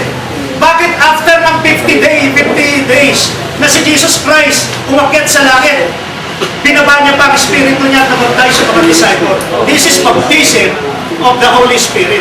Iba yung feeling. Iba naman yung tinatawag na baptism. Okay, tingnan natin spiritual gifts nila. Pinutol. Born again daw. According to the scripture, this gift includes such ministry: faith, healing, prophecy, teaching, administration. Pagkatapos ng faith, healing, prophecy, tatlo lang eh. Okay, Ilan ang gift? 5 minutes kanina. Ayan. Kasi ginawa na ginawa na rin 15 like. Eh sana pinagana ko ng 5 minutes. Wala po sa akin ang pagkukulang eh. Sa akin, nagkawala siya 5 minutes eh. Sabi na tumatakbo po ako sa 5 minutes. Sabi ko, wala sa akin pagkukulang. Kaya ngayon sabi kong ganito, yung 1 Corinthians chapter 6 verse 12, Ano po ang gift ng Holy Spirit? Word of wisdom, word of knowledge, Forming. healing, no? Healing, faith, working of miracles, discerning of spirit, prophecy, tongues, interpretation of tongues. Pero ninyo, 1 Corinthians chapter 12, gift of the Holy Spirit, wala rito sa kanila yung tinatawag na tongues, speaking of tongues, interpretation of tongues. Ibig sabihin, binawasan. Ibig sabihin, hindi tunay na born again dahil may bawas. Ang sabi sa Biblia, huwag kayong magbabawas, huwag kayong magdadagdag. Itatlo lang ang inilagay sa gift of the Holy Spirit, samantalang siya, ilan ang binawas? 6. Anong binawas? Tongues. Kasi hindi sila nagtatangs. Interpretation of tongues. Discernment of spirit, knowing what spirit ang kumikilo sa iyo. Wala din yun. Nahulugan, half-baked, o kaya hindi tunay. Kasi kulang. Ang Panginoon na nagsabi, huwag bawasan, huwag dagdagan. Okay, yun ay spiritual gifts. Kulang spiritual gifts. No? Okay. Yung gift of prophecy, sabing gano'n, as the Lord messenger, si Ellen G. White, we continue, sabing gano'n, the authentic source of truth. They also make clear to the Bible standard, tendency, experience, and be tested. Ibig sabihin nito, Ephesians 2:20, nakatayo tayo sa apostol at sa mga propeta. Noong unang panahon, tapos na yung Biblia natin ba't pa natin dadagdagan? Ibig sabihin nito, nagdadagdag tayo. Yung bang ipinuntas dito na prophecy ni Ellen G. White, sabi gano'n, which is equally, equally, no? Na authoritative sa Bible. Itatanggapin ba natin kung born again tayo noon? Hindi. Yung 1944, tatanggapin natin kung born again kasi nakasulat dito Wala kayong makikita sa aming statement of faith na may nakasulat na propeta after na mga propeta ng araw. No? Si statement of faith, walang year na katulad nito. No? At ito, law of God. Standard lang po ng judgment. Pati na po ito This precept and commandment are the basis of God's covenant. Tama po ba yun? Na ang basis of God's covenant, 10 commandments? Tama yun sa Old Testament. But the basis of our covenant now is not the 10 commandments, but the basis of our covenant is the blood of Jesus Christ. The sacrificial lamb sa cross. Hindi si Moses, si Jesus Christ. No? Andun ang covenant natin ngayon. So paano natin sasabihin born again ito with the people? Standard, sabi nga 10 commandment ang standard ng God's judgment. Ibig sabihin ang standard nila ng God's judgment, hahatulan ka na ayon sa 10 commandments. Hindi po. Hindi na to by grace. Ang basis ng God's judgment natin is grace from the Lord. Hindi na 10 commandments. Biyaya. O mali na Nasabi ko hindi nga sulat ito ng born again na talagang Sabi ko gano'n, which the people's standard for judgment. Hindi po. The basis for God's judgment, sabihin ko ulit, ng born again is God's covenant. The new covenant and not the old covenant. We will be judged according to the gospel. Sabi ng Romans chapter 2. According to the gospel, ang ating judgment, hindi according to the law. Kaya mali po ito Pati yung Sabbath po, symbol daw ng redemption of Christ.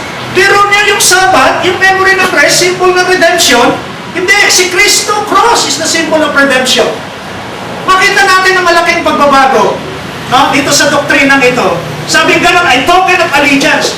Ginulong na sila, kailangan magano sila allegiance sa Sabbath. Kaya foretaste of our eternal kingdom. Ibig sabihin nito, ang eternal kingdom natin, nakabase dito po sa tinatawag na Sabbath, hindi kay Kristo. Ito po yung sabi ng Doctrine 28, Heavenly Sanctuary. Yung 2,000, pinag-design nila. Investigative judgment. Wala ho, tayo, being born again, New Testament, Gospel of Christ, liberty, Spirit baptism. Nasa iyo. Ano na po tayo? Yung commandment. Love. Bali, may allowance yung 5 minutes. Bigyan mo sa Sige natin. Oy, sa susunod 10 minutes na lang ha. Okay. Maalala mo. Naka-over Pero na. naalala ko, di ka may kita. Yung time na Okay, may 5 minutes na. Kasi sila sa timer. Diba tayo? 1, 2, 3, start. Sabi mo, Pastor, ang born again ay taga-langit o kapupunta sa langit. Yun yung sinabi mo kanina. Sabi ni Jesus Christ. Sabi ni Jesus Christ. Tanong, kung nasa langit ba ay tututulan mo pa rin ba ang pangingilin ng Sabat ng mga maniligtas ng mga tunay na born again o hindi na? Ayun yung sinasabing gano'n, na spiritual rest, ibig sabihin final rest natin yon. So, ibig sabihin, Ang mo Sabat, hindi yung tinutulan. 7-day Sabat. Hindi, kung may magbabasa ako, Pastor, Birthday. na yung 7-day Sabat Sabat. ay kapangilin. Alam ko na, sa Hebrew, chapter 4, Hindi na Kaya muna natin siya magbigay ng, magbigay ka ng, Yun ang babasahin niya. ng isang tanong. Sinasagot ko nga. Hindi mo muna tanong. Tinatanong Oo, ko lang. babasahin ko sa Hebrew. Sabi niya kasi, Tapusin ang tanong. Ayaw mo na siya. ang tagalangit, ang mga born again, mapupunta sa langit. Ngayon, kapag ka ba ikaw ay napunta sa langit, tututulan mo ba o aayunan mo na ang pangingili ng mga born again sa langit? Alam mo, sabi ko ngayon, ang total rest natin, no, sabi ng gano'n, Hindi, ako na sa sabi Christian, sa- sumasagot na ako eh. Kanina sumasagot ako, o bakit kaya ano yung pagpapit? Ayun, ako, sagutin mo na categorical question. No? Ang mga born again, sabi ko nga, ang destination nila sa langit. At sa langit, kung gano'n ang Biblia, wala nang hirap, wala nang luha, wala nang sakit. Ibig sabihin, total rest yan. Sa Bible, maraming tinatawag na Sabat. Mr. Moderator, Maraming tinatawag na Sabat. Hindi yan yung 7. Sapagkat sa langit, wala nang araw. Wala nang Sabado sa ating linaw yung tanong. Eternity from eternity Mr. yun. Moderator, ito ang tanong ko para matamalinaw sa kanya. Sa 66-22 hanggang 23 ng Aklat ng Isaias, ito ay sa bagong langit ng mga maliligtas na born again na tunay.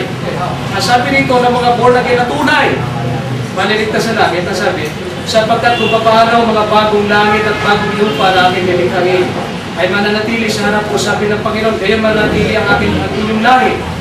At mangyayari na mula sa bagong buwan hanggang sa panibago at mula sa isang Sabat hanggang sa panibago, paroroon ang lahat ng tao upang sumamba sa harap ko. Ang tanong ko, pagka siya ba ay napunta na sa langit, tututulan niya ba ang pangingili ng Sabat na binabanggit sa 66 ng Isaias o aayunan niya na?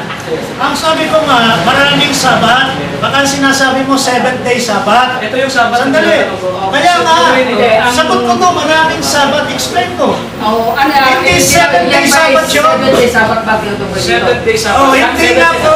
Sabi ko, hindi po 7-day. Sapagkat sa langit, wala na pong araw, wala nang buwan, wala nang moon.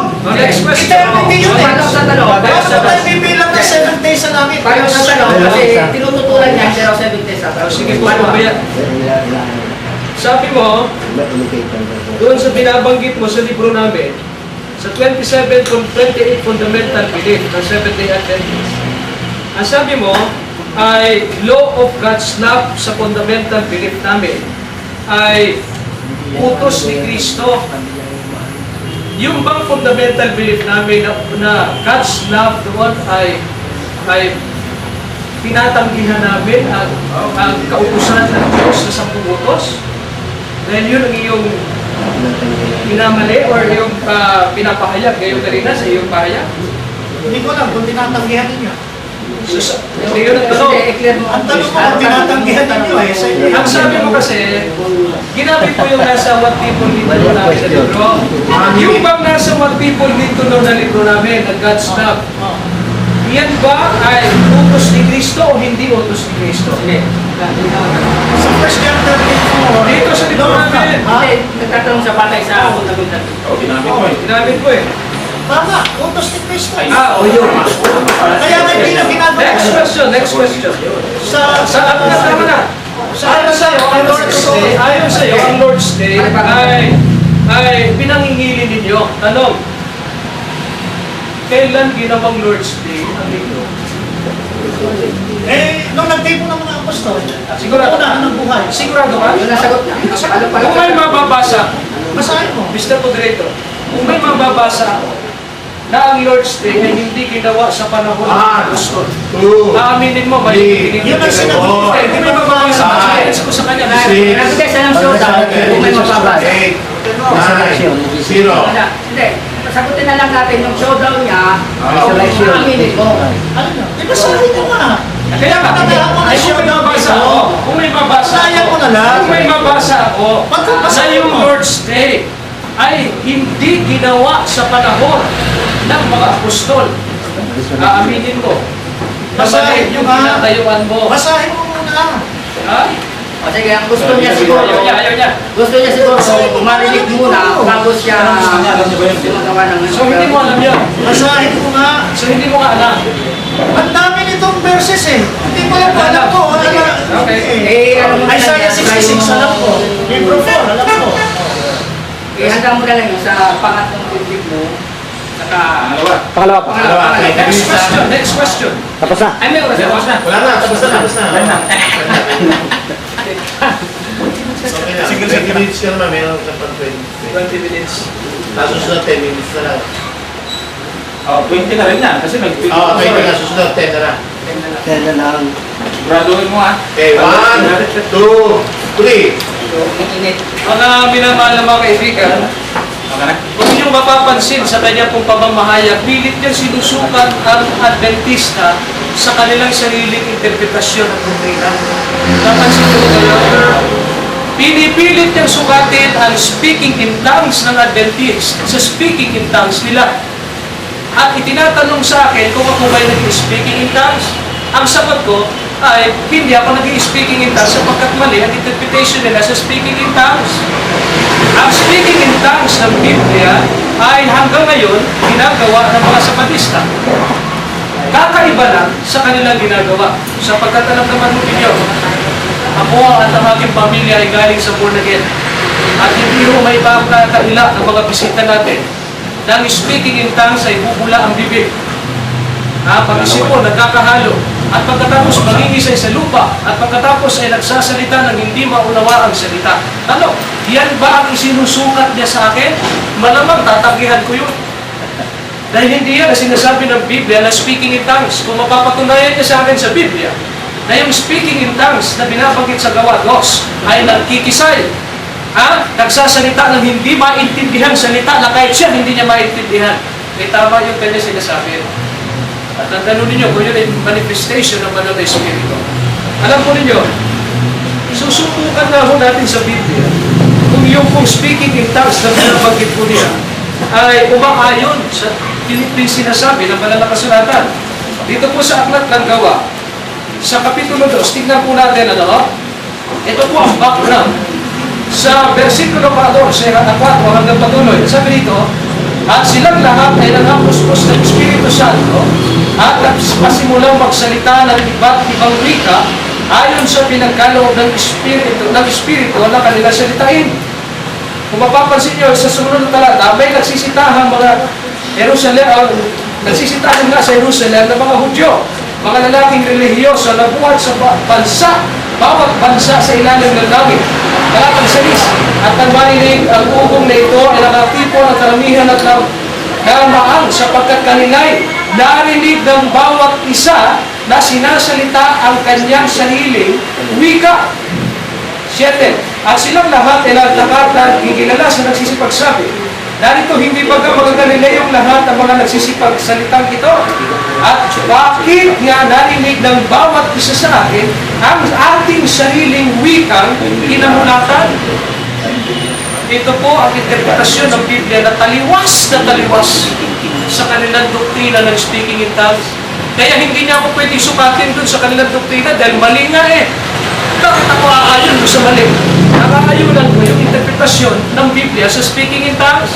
Ano ho ba ang background ng speaking in tongues? Ayon na mismo sa pagpapaliwanag ng Biblia. Ay doon sa Jerusalem, nagkakatipon ang mga lingkod ng Diyos. Nanggaling sa iba't ibang wika, iba't ibang bansa, mayroon silang sariling lingwahe. Subalit dahil lang sa ang banal na Espiritu ang pumuspos sa kanila, ang banal na Espiritu ang gumawa ng paraan upang sila'y magkaintindihan. Sapagkat alam po naman ninyo, sa panahon ng mga apostol, hindi pa ho daw uso yung English. Wala ho silang medium of communication para magkaunawaan sa isa't isa. Kaya ang banal na Espiritu ang gumawa nito para sa kanila upang maunawaan nila kung ano ang gustong ipahayag ng bawat isa sa kanila, lalo na sa mga salita ng Diyos. Kaya sabi sa ating binasa, yung Hudyo, sabi niya, Bika, ito biruin mo, kasama ko hindi Hudyo, pero nagsasalita ng Hudyo na salita sa akin. Yun ang sinasabi dito sa talata. Ito ay isang, halimbawa, isang inche, nagsasalita ng inche, na hindi naman marunong siya nakaintindi ng inche. Yan ang ibig sabihin ng speaking in tongues. Hindi ho yun nagbububula ang bibig. Hindi ho yung nangingisay sa simento. Saan sa Biblia yun? Ang alam ko, basta mga espiritu gumagawa. Ganon. Pero yung banal na espiritu, wala ako, challenge him na maglabas ng ebidensya sa Biblia na yung mga napuspos ng banal na espiritu kahit sa gawados ay nangingisay. Lumalabas ang uhog, lumalabas ang luha, at nagsasalita ng hindi mo maintindihan salita, ay challenge him. Pag hindi mo sinagot yan, mali na sinasabi ko at pupukusok natin sa ganung paniniwala. Ay mali yun eh. Kaya isa pa ho, yung binabanggit ko niya, ang sabi ho niya, yung daw mga born again ay pupunta sa langit. Napansin o ba sinyo, nung tinanong ko siya doon sa Isaias, ay iniiwas-iwasan. Oo, ang akala niya Hebreo, ang aking pabasahin ni Isaias yun eh. Tingnan nga natin kung maraming sapat yung binanggit ko sa Hebreo. Ay sa Isaias 66. Kaya niya tinutulan to kasi hindi siya kasama doon. Kaya hindi niya alam. 66 verse 22 and 23. Sabi dito, sapagkat kung paano ang mga bagong langit at ang bagong lupa na aking nilikhain ay mananatili sa harap mo, sabi ng Panginoon, gayon mananatili ang inyong lahi at ang inyong pangalan, at mangyayari na mula sa isang bagong buwan hanggang sa panibago, at mula sa isang sabat, katandaan niyo yung ginamit, no? Mula sa isang sabat hanggang sa panibago ay paroroon ang lahat ng tao. Hindi mo sinabi rito ay lahat ng mga Hudyo. Lahat ng mga tao ay paroroon sa Diyos upang sisambahin. Sa ano po? Mula sa isang sabat hanggang sa panibago. Kung maraming sabat yan, di sinabi sana mula sa isang sabat at sa ibang pang sabat at sa isang pang sabat at sa maraming pang mga sabat. Sinabi ng Biblia mula sa isang sabat hanggang sa panibago, ang lahat ng mga lingkod ko ay paroroon upang sambahin. Hindi niya naunawaan yan kasi malamang baka hindi siya makakasama doon.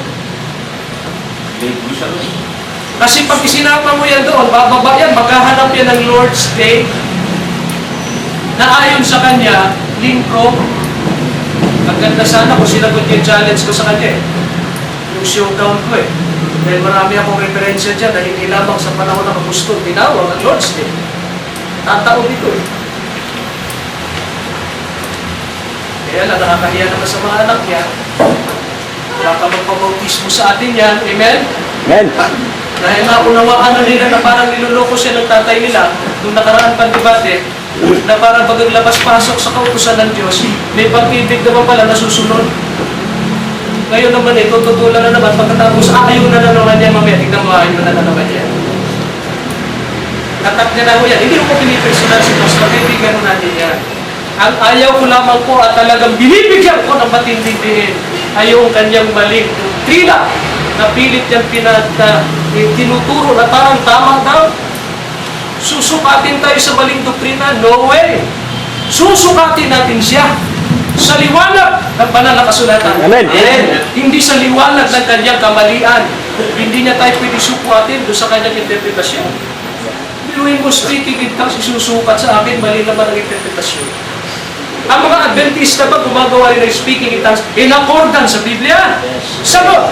Yes. Ginagawa ko yan sapagkat ang sabi ng Biblia, kung magpapanood mo lang sana, Pastor, kapag ka nagkakatipo ng mga Adventista sa buong sanlibutan, at ito yung nangyari sa PICC, makikita mo yung itim, makikita mo yung hilaw, makikita mo yung pula, makikita mo yung kayumanggi, iba't ibang klase ng mga tao sa lipunan at iba't ibang tao sa antas ng bansa, nagkakasama pero nagkakaintindihan sapagkat bagamat iba-iba ang wika, subalit mayroong nagpapaliwanag. Amen? At sabi ng Biblia, pag nagsalita ka ng wika, magpapaliwanag, hindi ho magbublub-blub-blub-blub-blub. Wala hong ganun sa Biblia. I challenge you. Maglapas ka ng ebidensya sa Biblia na yun ang interpretasyon ng speaking in tongues sa Bible. Baka sakaling tumama ka. Sumunod, yung kanyang ginamit ko, napapansin ko kanina pinagandaan niya yung doktrina natin. Kaya naman, iniisa-isa niya, kinikomentaryohan niya ng mali namang komentaryo. Una, yung sinasabi niya na God's law, God's love. Hindi naman ho tayo tumututol na yung God's love ang Ten Commandments ay God's love. Sapagkat sa ayon kay Apostol Pablo, dito sa aklat ng Roma, sa Kapitulo 13, ang talata po nito ay 10. Ganito po ang ating mababasa. Sabi po ng Biblia, ang pag-ibig ay hindi gumagawa ng masama sa kanyang kapwa. Ang pag-ibig niya ay siyang katuparan ng kautusan. Amen. Para sa kanya, ang pag-ibig ay kasiraan ng kautusan. Sino ang mali? Ang Biblia o siya? Ayun na ho, Pastor. Ayaw mo tayo susukati sa kanyang mga argumento. Hindi niya ako madadala roon. 10 minutes. Hindi na tayo madadala roon. Galing na ako dun eh. Nagsisi nga ako eh. Kung bakit ako napasama doon at yung asawa ko eh. Kasi pag tinitignan ko yung mga born again ngayon, nakakaawa, niluloko ng mga pastor nila. Akala mo yung speaking in tongues, salita ng Diyos ang yung sinasabi. Pero sa totoo lang, spirito ng Diablo yun na pinasok sa baboy. Di ba? Wala tayong mababasa sa Biblia na yung mga kinasihan ng Espiritu ng Diyos naglulupasay. Wala tayong mababasa niya. I challenge you. Pag hindi niya ko sinagot yan, ibig sabihin talagang wala na. Okay, sumunod po. So, yung kautusan, ano ba sinasabi ng Biblia? Dito po sa aklat ng unang Pedro, ang unang Juan, sa Kapitulo 5, ang talata po ay 3. Ganito po ang ating bababasa. Ng unang Juan, sabi po ay ganito, sapagkat ito ang pag-ibig sa Diyos na ating tuparin ang mga utos at ang kanyang mga utos ay hindi mabibigat. Amen. Ano daw ang pag-ibig sa Diyos? Pagtupad sa kanyang mga utos. Kaya nga sa doktrina natin, ano ang pangalan ng kautusan ng Diyos? God's love. Ang kautusan ng Diyos, ang 10 utos, simple lamang ang pinakasummary. Pag-ibig. Sapagkat ang kautusan, 10 pag-ibig lahat yun. Pag-ibig sa kapwa, na unang-unang bato, at yung pag-ibig sa Diyos, yung naunang bato, at yung pag-ibig sa kapwa, yung ikalawang bato. Ang summary nun, pag-ibig sa Diyos at sa kapwa. Nasa-summarize sa isang salitang pag-ibig. Kaya sabi ni Juan, ito ang pag-ibig sa Diyos. Tuparin mo ang kanyang mga utos. Para sa kanya, ito ang pag-ibig sa Diyos. Huwag mo nang tuparin ang kanyang mga utos. Baliktad o hindi? Baliktad. Dapat iwanan o hindi? Huwag naman. Huwag muna. Pero may panahon pa naman si Pastor na magbago. Sincere yan eh. Pagka ang banal na Espiritu kumikilos, Amen. sasama sa akin yan. Amen. Dahil marami tayong mga born again na ngayon, na dati rin pastor, ay sumasama na rin sa atin sapagkat naunawaan nila ang kahalagahan ng doktrina at ang pagiging born again sa loob ng Seventh-day Adventist. Ngayon, may isa pa ho tayong lilinawin. Ang dami ho niya kinote, hindi ko na mauubos siguro lahat ito. Ito po ay, may binanggit po siya na yung sinabi niya na ang Biblia daw, hahatulan daw ang tao ayon daw sa God's grace. Tatanungin ko sana siya kung saan niya nabasa yun. 2 minutes. Ano po ba ang sinasabi ng Biblia tungkol sa paghatol ng Diyos? Saan po ba hahatulan ang tao? Tingnan po ninyo ang ating babasahin ng Biblia sa aklat ng Mateo, Kapitulo 16. Ang talata po ay 27. Ganito ang ating mababasa. Sapagkat ang anak ng tao ay pariritong nasa kaluwalhatian ng kanyang ama, nakasama ang kanyang mga anghel. At kung magkagayoy, bibigyan ang tao, bawat tao ayon sa kanyang mga gawa. Saan po ibabatay ng Diyos ang kanyang paghukom? Ayon sa talata ng Biblia, sa biyaya ba? Ang sabi ng Biblia, sa pamamagitan ng kanyang mga gawa. Kaya po yung kanyang pinagkukuha, alam mo, pag hindi ka may-ari ng libro, mamaliin mo talaga. Ginawa na rin ni Alvin Kitamundok yan sa atin. Panginit. Na kapag kayo gumagamit ng mga referensya, tiyakin mo muna na alam mo, hindi yung kinuha mo lamang yung title at pagkatapos mababa na kayo yun. Babaran sa ngayon ng atake. Hindi ho ganun, sasablay ho yan, ha? Hindi ho ganun, mga minamahal na mga kapatid. Ngayon, binanggit niya rin ho yung salitang, yung Sabat daw, ay meron ba ako? Yung Sabat daw, ay, sabi niya, mali ang mga Adventist. Kasi, biruin ninyo, ang Sabat daw ay symbol of God's redemption. Mahirap po bang tanggapin na ang Sabat ay symbol of God's redemption? Mahirap para sa kanya kasi nga hindi siya totoong born again.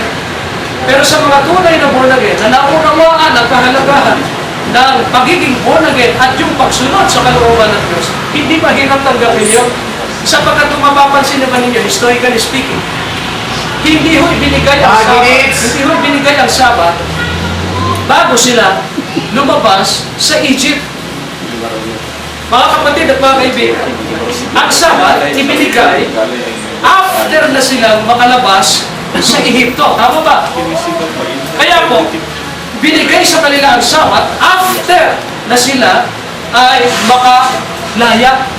Kaya po, doon natin hinago ang ating pananampalataya na ang Sabat ay dalawa ang kanyang sinasagisagan. Una, it is mark of God's creatorship. It is God's creatorship. At yun ay nasa doktrina natin. Hindi niya lang binasa eh. Pag binasa niya, Adventist ito eh. Sana basahin niya, no? Hindi yung basahin bias. Babasahin niya na pag-aralan, maging open-minded. Katulad ko, nung ako hindi pa Adventist. Maging open-minded. Alam mo, pinalabas muna bago ibinigay ang Sabat. Sapagkat ito ay tanda ng kaniyang pagkakaroon ng redemption sa ating Panginoon. Hindi nila naintindihan yun. Kaya akala niya, maling-mali daw yun, yung redemption, ang lahat ng redemption. Ikinama ho natin sa karanasan ng mga Israelita na lumaya muna sila bago siya bigyan ng Sabat. Sumunod po, na binabanggit niya kanina, ay yung pong salitang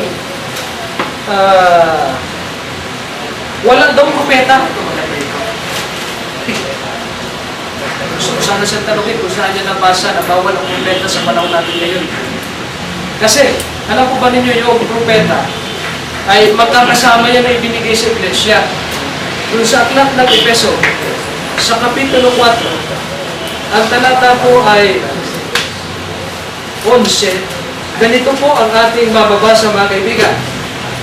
At pinagkalooban niya na maging mga apostol at ang iba'y propeta at ang iba'y ebanghelista at ang iba'y pastor at mga guro sa ikasasakdal ng mga banal sa gawaing paglilingkod sa ikatitibay ng katawan ni Kristo.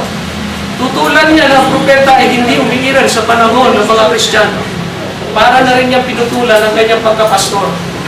Tama ba ako? Sapagkat ang pagkapastor ay ibinigay din sa loob ng iglesia. Tutulan mo ang pagiging propetang kaloob, hindi ka natatawagin dapat na pastor. Sapagkat tinatanggihan mo ka na ang gawain na ang kaloob sa loob ng iglesia. Yung pagiging ebanghelista, ibinigay sa loob ng iglesia. Dapat tinatanggap yan. Eh, nagtataka naman ako, tinatanggap niya ang pagkapastor. Tinatanggap niya ang pagka-ebanghelista. Tinatanggap niya ang kaloob ng pagka-apostol. Pero hindi niya matanggap ang pagka-propeta. Palibasa kasi wala sila yan. Wala sila yan. Tayo lamang ang meron yan sapagkat tayo ang tunay na born again.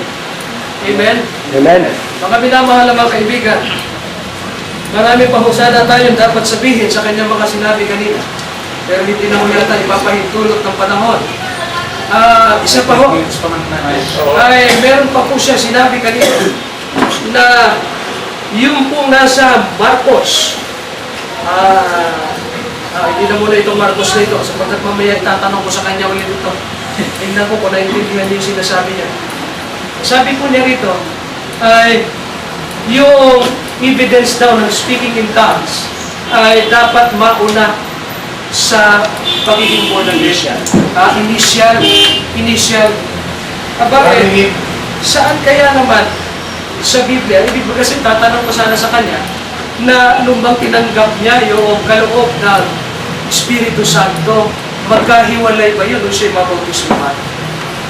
Alam po ninyo mga kaibigan, ang kaloob po ng banal na Espiritu, ito po ay ibinigay ng Diyos mismo at the moment na ikaw ay tumanggap sa Kanya sa pamamagitan ng bautismo.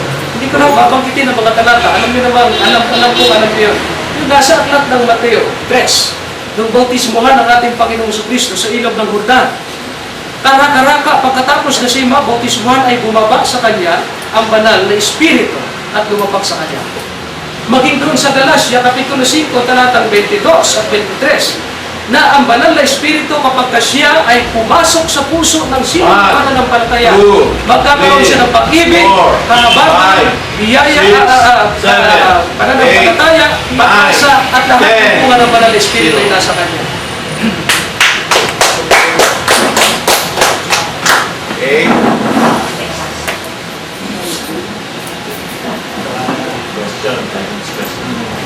So, kung paglilinaw, batay sa mga kinahanglan. Ay, makikinig ko lang tayo ko. Okay, 1, 2, 3. Okay, sinabi mo, Brother Jerry, galing ka sa sekta. Pati pamilya mo. Ako, Ano bang denomination? Ang tanong pagkat na born again? Amazing Grace Christian Fellowship. Amazing Grace Christian Fellowship.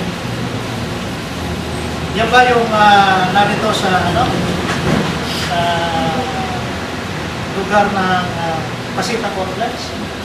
Ay, hindi, sa Parañaque. Parañaque. Naranasan mo na bautismuhan kung wala ang bibig mo at umikot ka? Wala kami gano'n. Wala naman akong karanasan na gano'n. Wala tayo gano'n. Bawal, mali yun sa Biblia yun, mali. Yun ang sinabi mo kasi nung nandun ka, baka naranasan mo yun. Hindi mo pala naranasan. Okay. So, sinabihan mo sila na mali yun, hindi mo ba? Sino sila?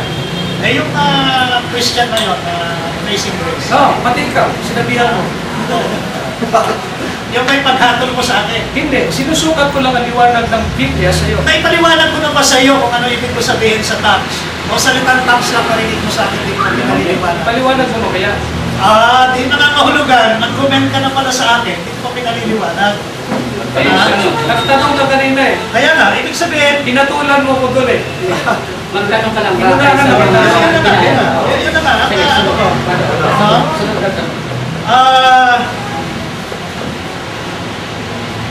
Yung bang, tungkol sa pag-ibig, ito ba yung, sabing ganon, yung komentary na sinabi mo about God's love, yan ba yung John chapter 13:34 na sinabi ni Jesus, magbibigan kayo? Yan ba yung commandment ni Jesus Christ? Kasama ko yan. Hindi ho yan magkalaban. Kasama yun. Hindi magkalaban. Palok sa dalawa.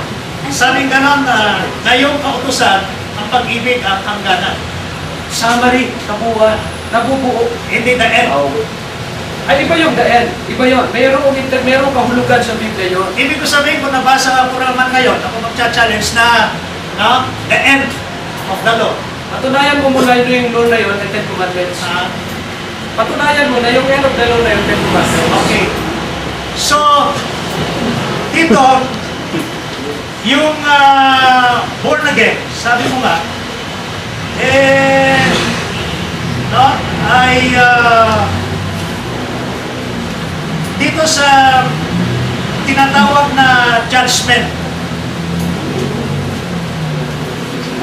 Nabasa mo yan, hahatulan tayo ayon sa batas. 2 minutes. Ayon sa gawa, binabasa ko. Okay, hahatulan tayo ayon sa gawa. Ayon sa gawa. Yan ang Pero pag sinasabi. sinasabi ang Biblia, nahatulan din tayo ayon sa Ebanghelyo. Ay, wala naman akong tutol dyan. Sinasabi na Apostol Pablo yan.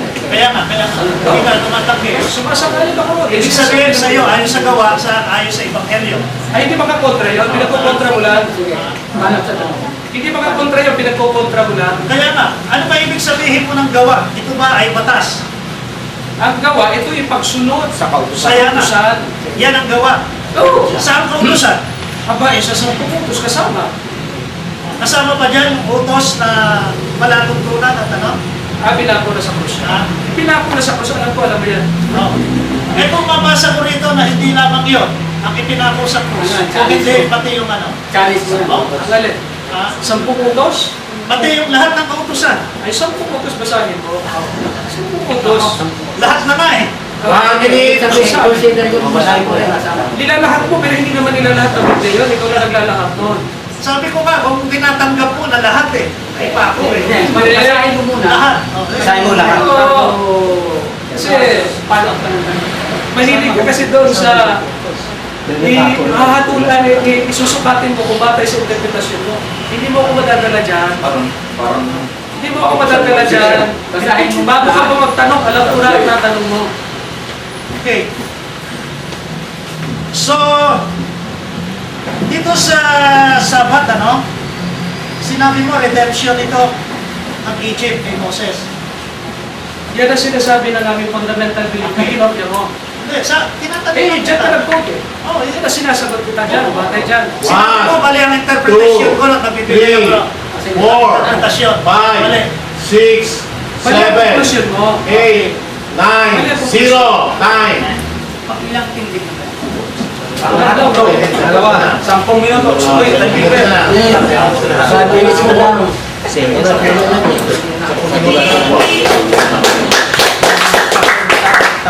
timer, oh.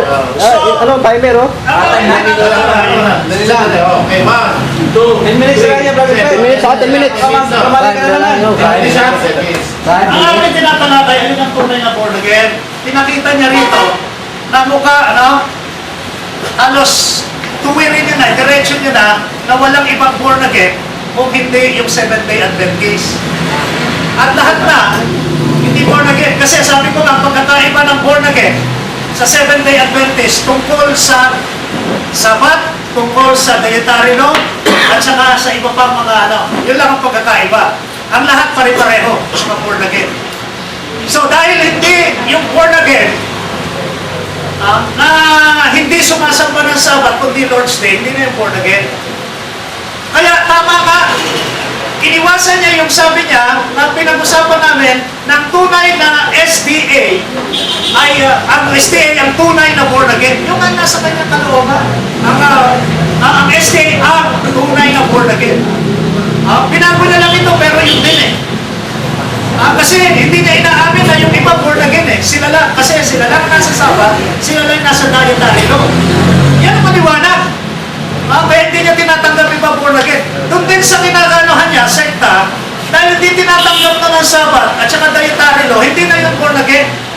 Eh sinabi niya rito tungkol lang sa tongues eh, no? Nasabi niya ganyan, bumubula daw yung bibig, pagkatapos ay bumubulog. Eh wala sa amin ganun eh. Sa sinamahan niya lang siguro. Ha? Sa sinamahan niya may bumubula posesyon. Kaya nga tinanong ko kung naranasan niya yun eh. Ibig sabihin natin ito, tinanong ko, hinatulan niya na kung pinaliwanag ko yung tongues. Tongues pa lang ang sinabi ko, wala pa akong paliwanag eh. Sabi niya, mali yung tongues mo eh. O nakita niyo na, ang malaking pagkakamali, sinabihan ko pa lang na yung sa New Testament, kung paano nila tinanggap, may initial evidence ng tongues. Sinabi niya na, mali raw yung tongues namin at sila tama. Gusto ko sana kita nung nauli eh. Anong klase yung tongues nila eh? Di po ba? Sinabi niya ng gano'n, marami raw sila eh. Nagtitipon sila, nagtatang sila, parang gusto niya palabasin na yung tongues nila katulad ng tongues sa books of Acts chapter 4, 2, na iba't-ibang mga ano, may Chinese sa kanila, may Japanese, iba't ibang lahi, iba't ibang ano, races, at nagkakaintindihan sila sa tongues. At yan ang ano niya na tongues. Eh, kung titignan po natin, nangyayari rin naman ito sa mga born again eh. Minsan na may nag-tongues, mayroong bisita, nag-tongues siya, tapos sabi ng isa, amin lengguwahe yan tapos sinatulan niya na ako. Paano niya na mababawi yung hatol niya sa akin?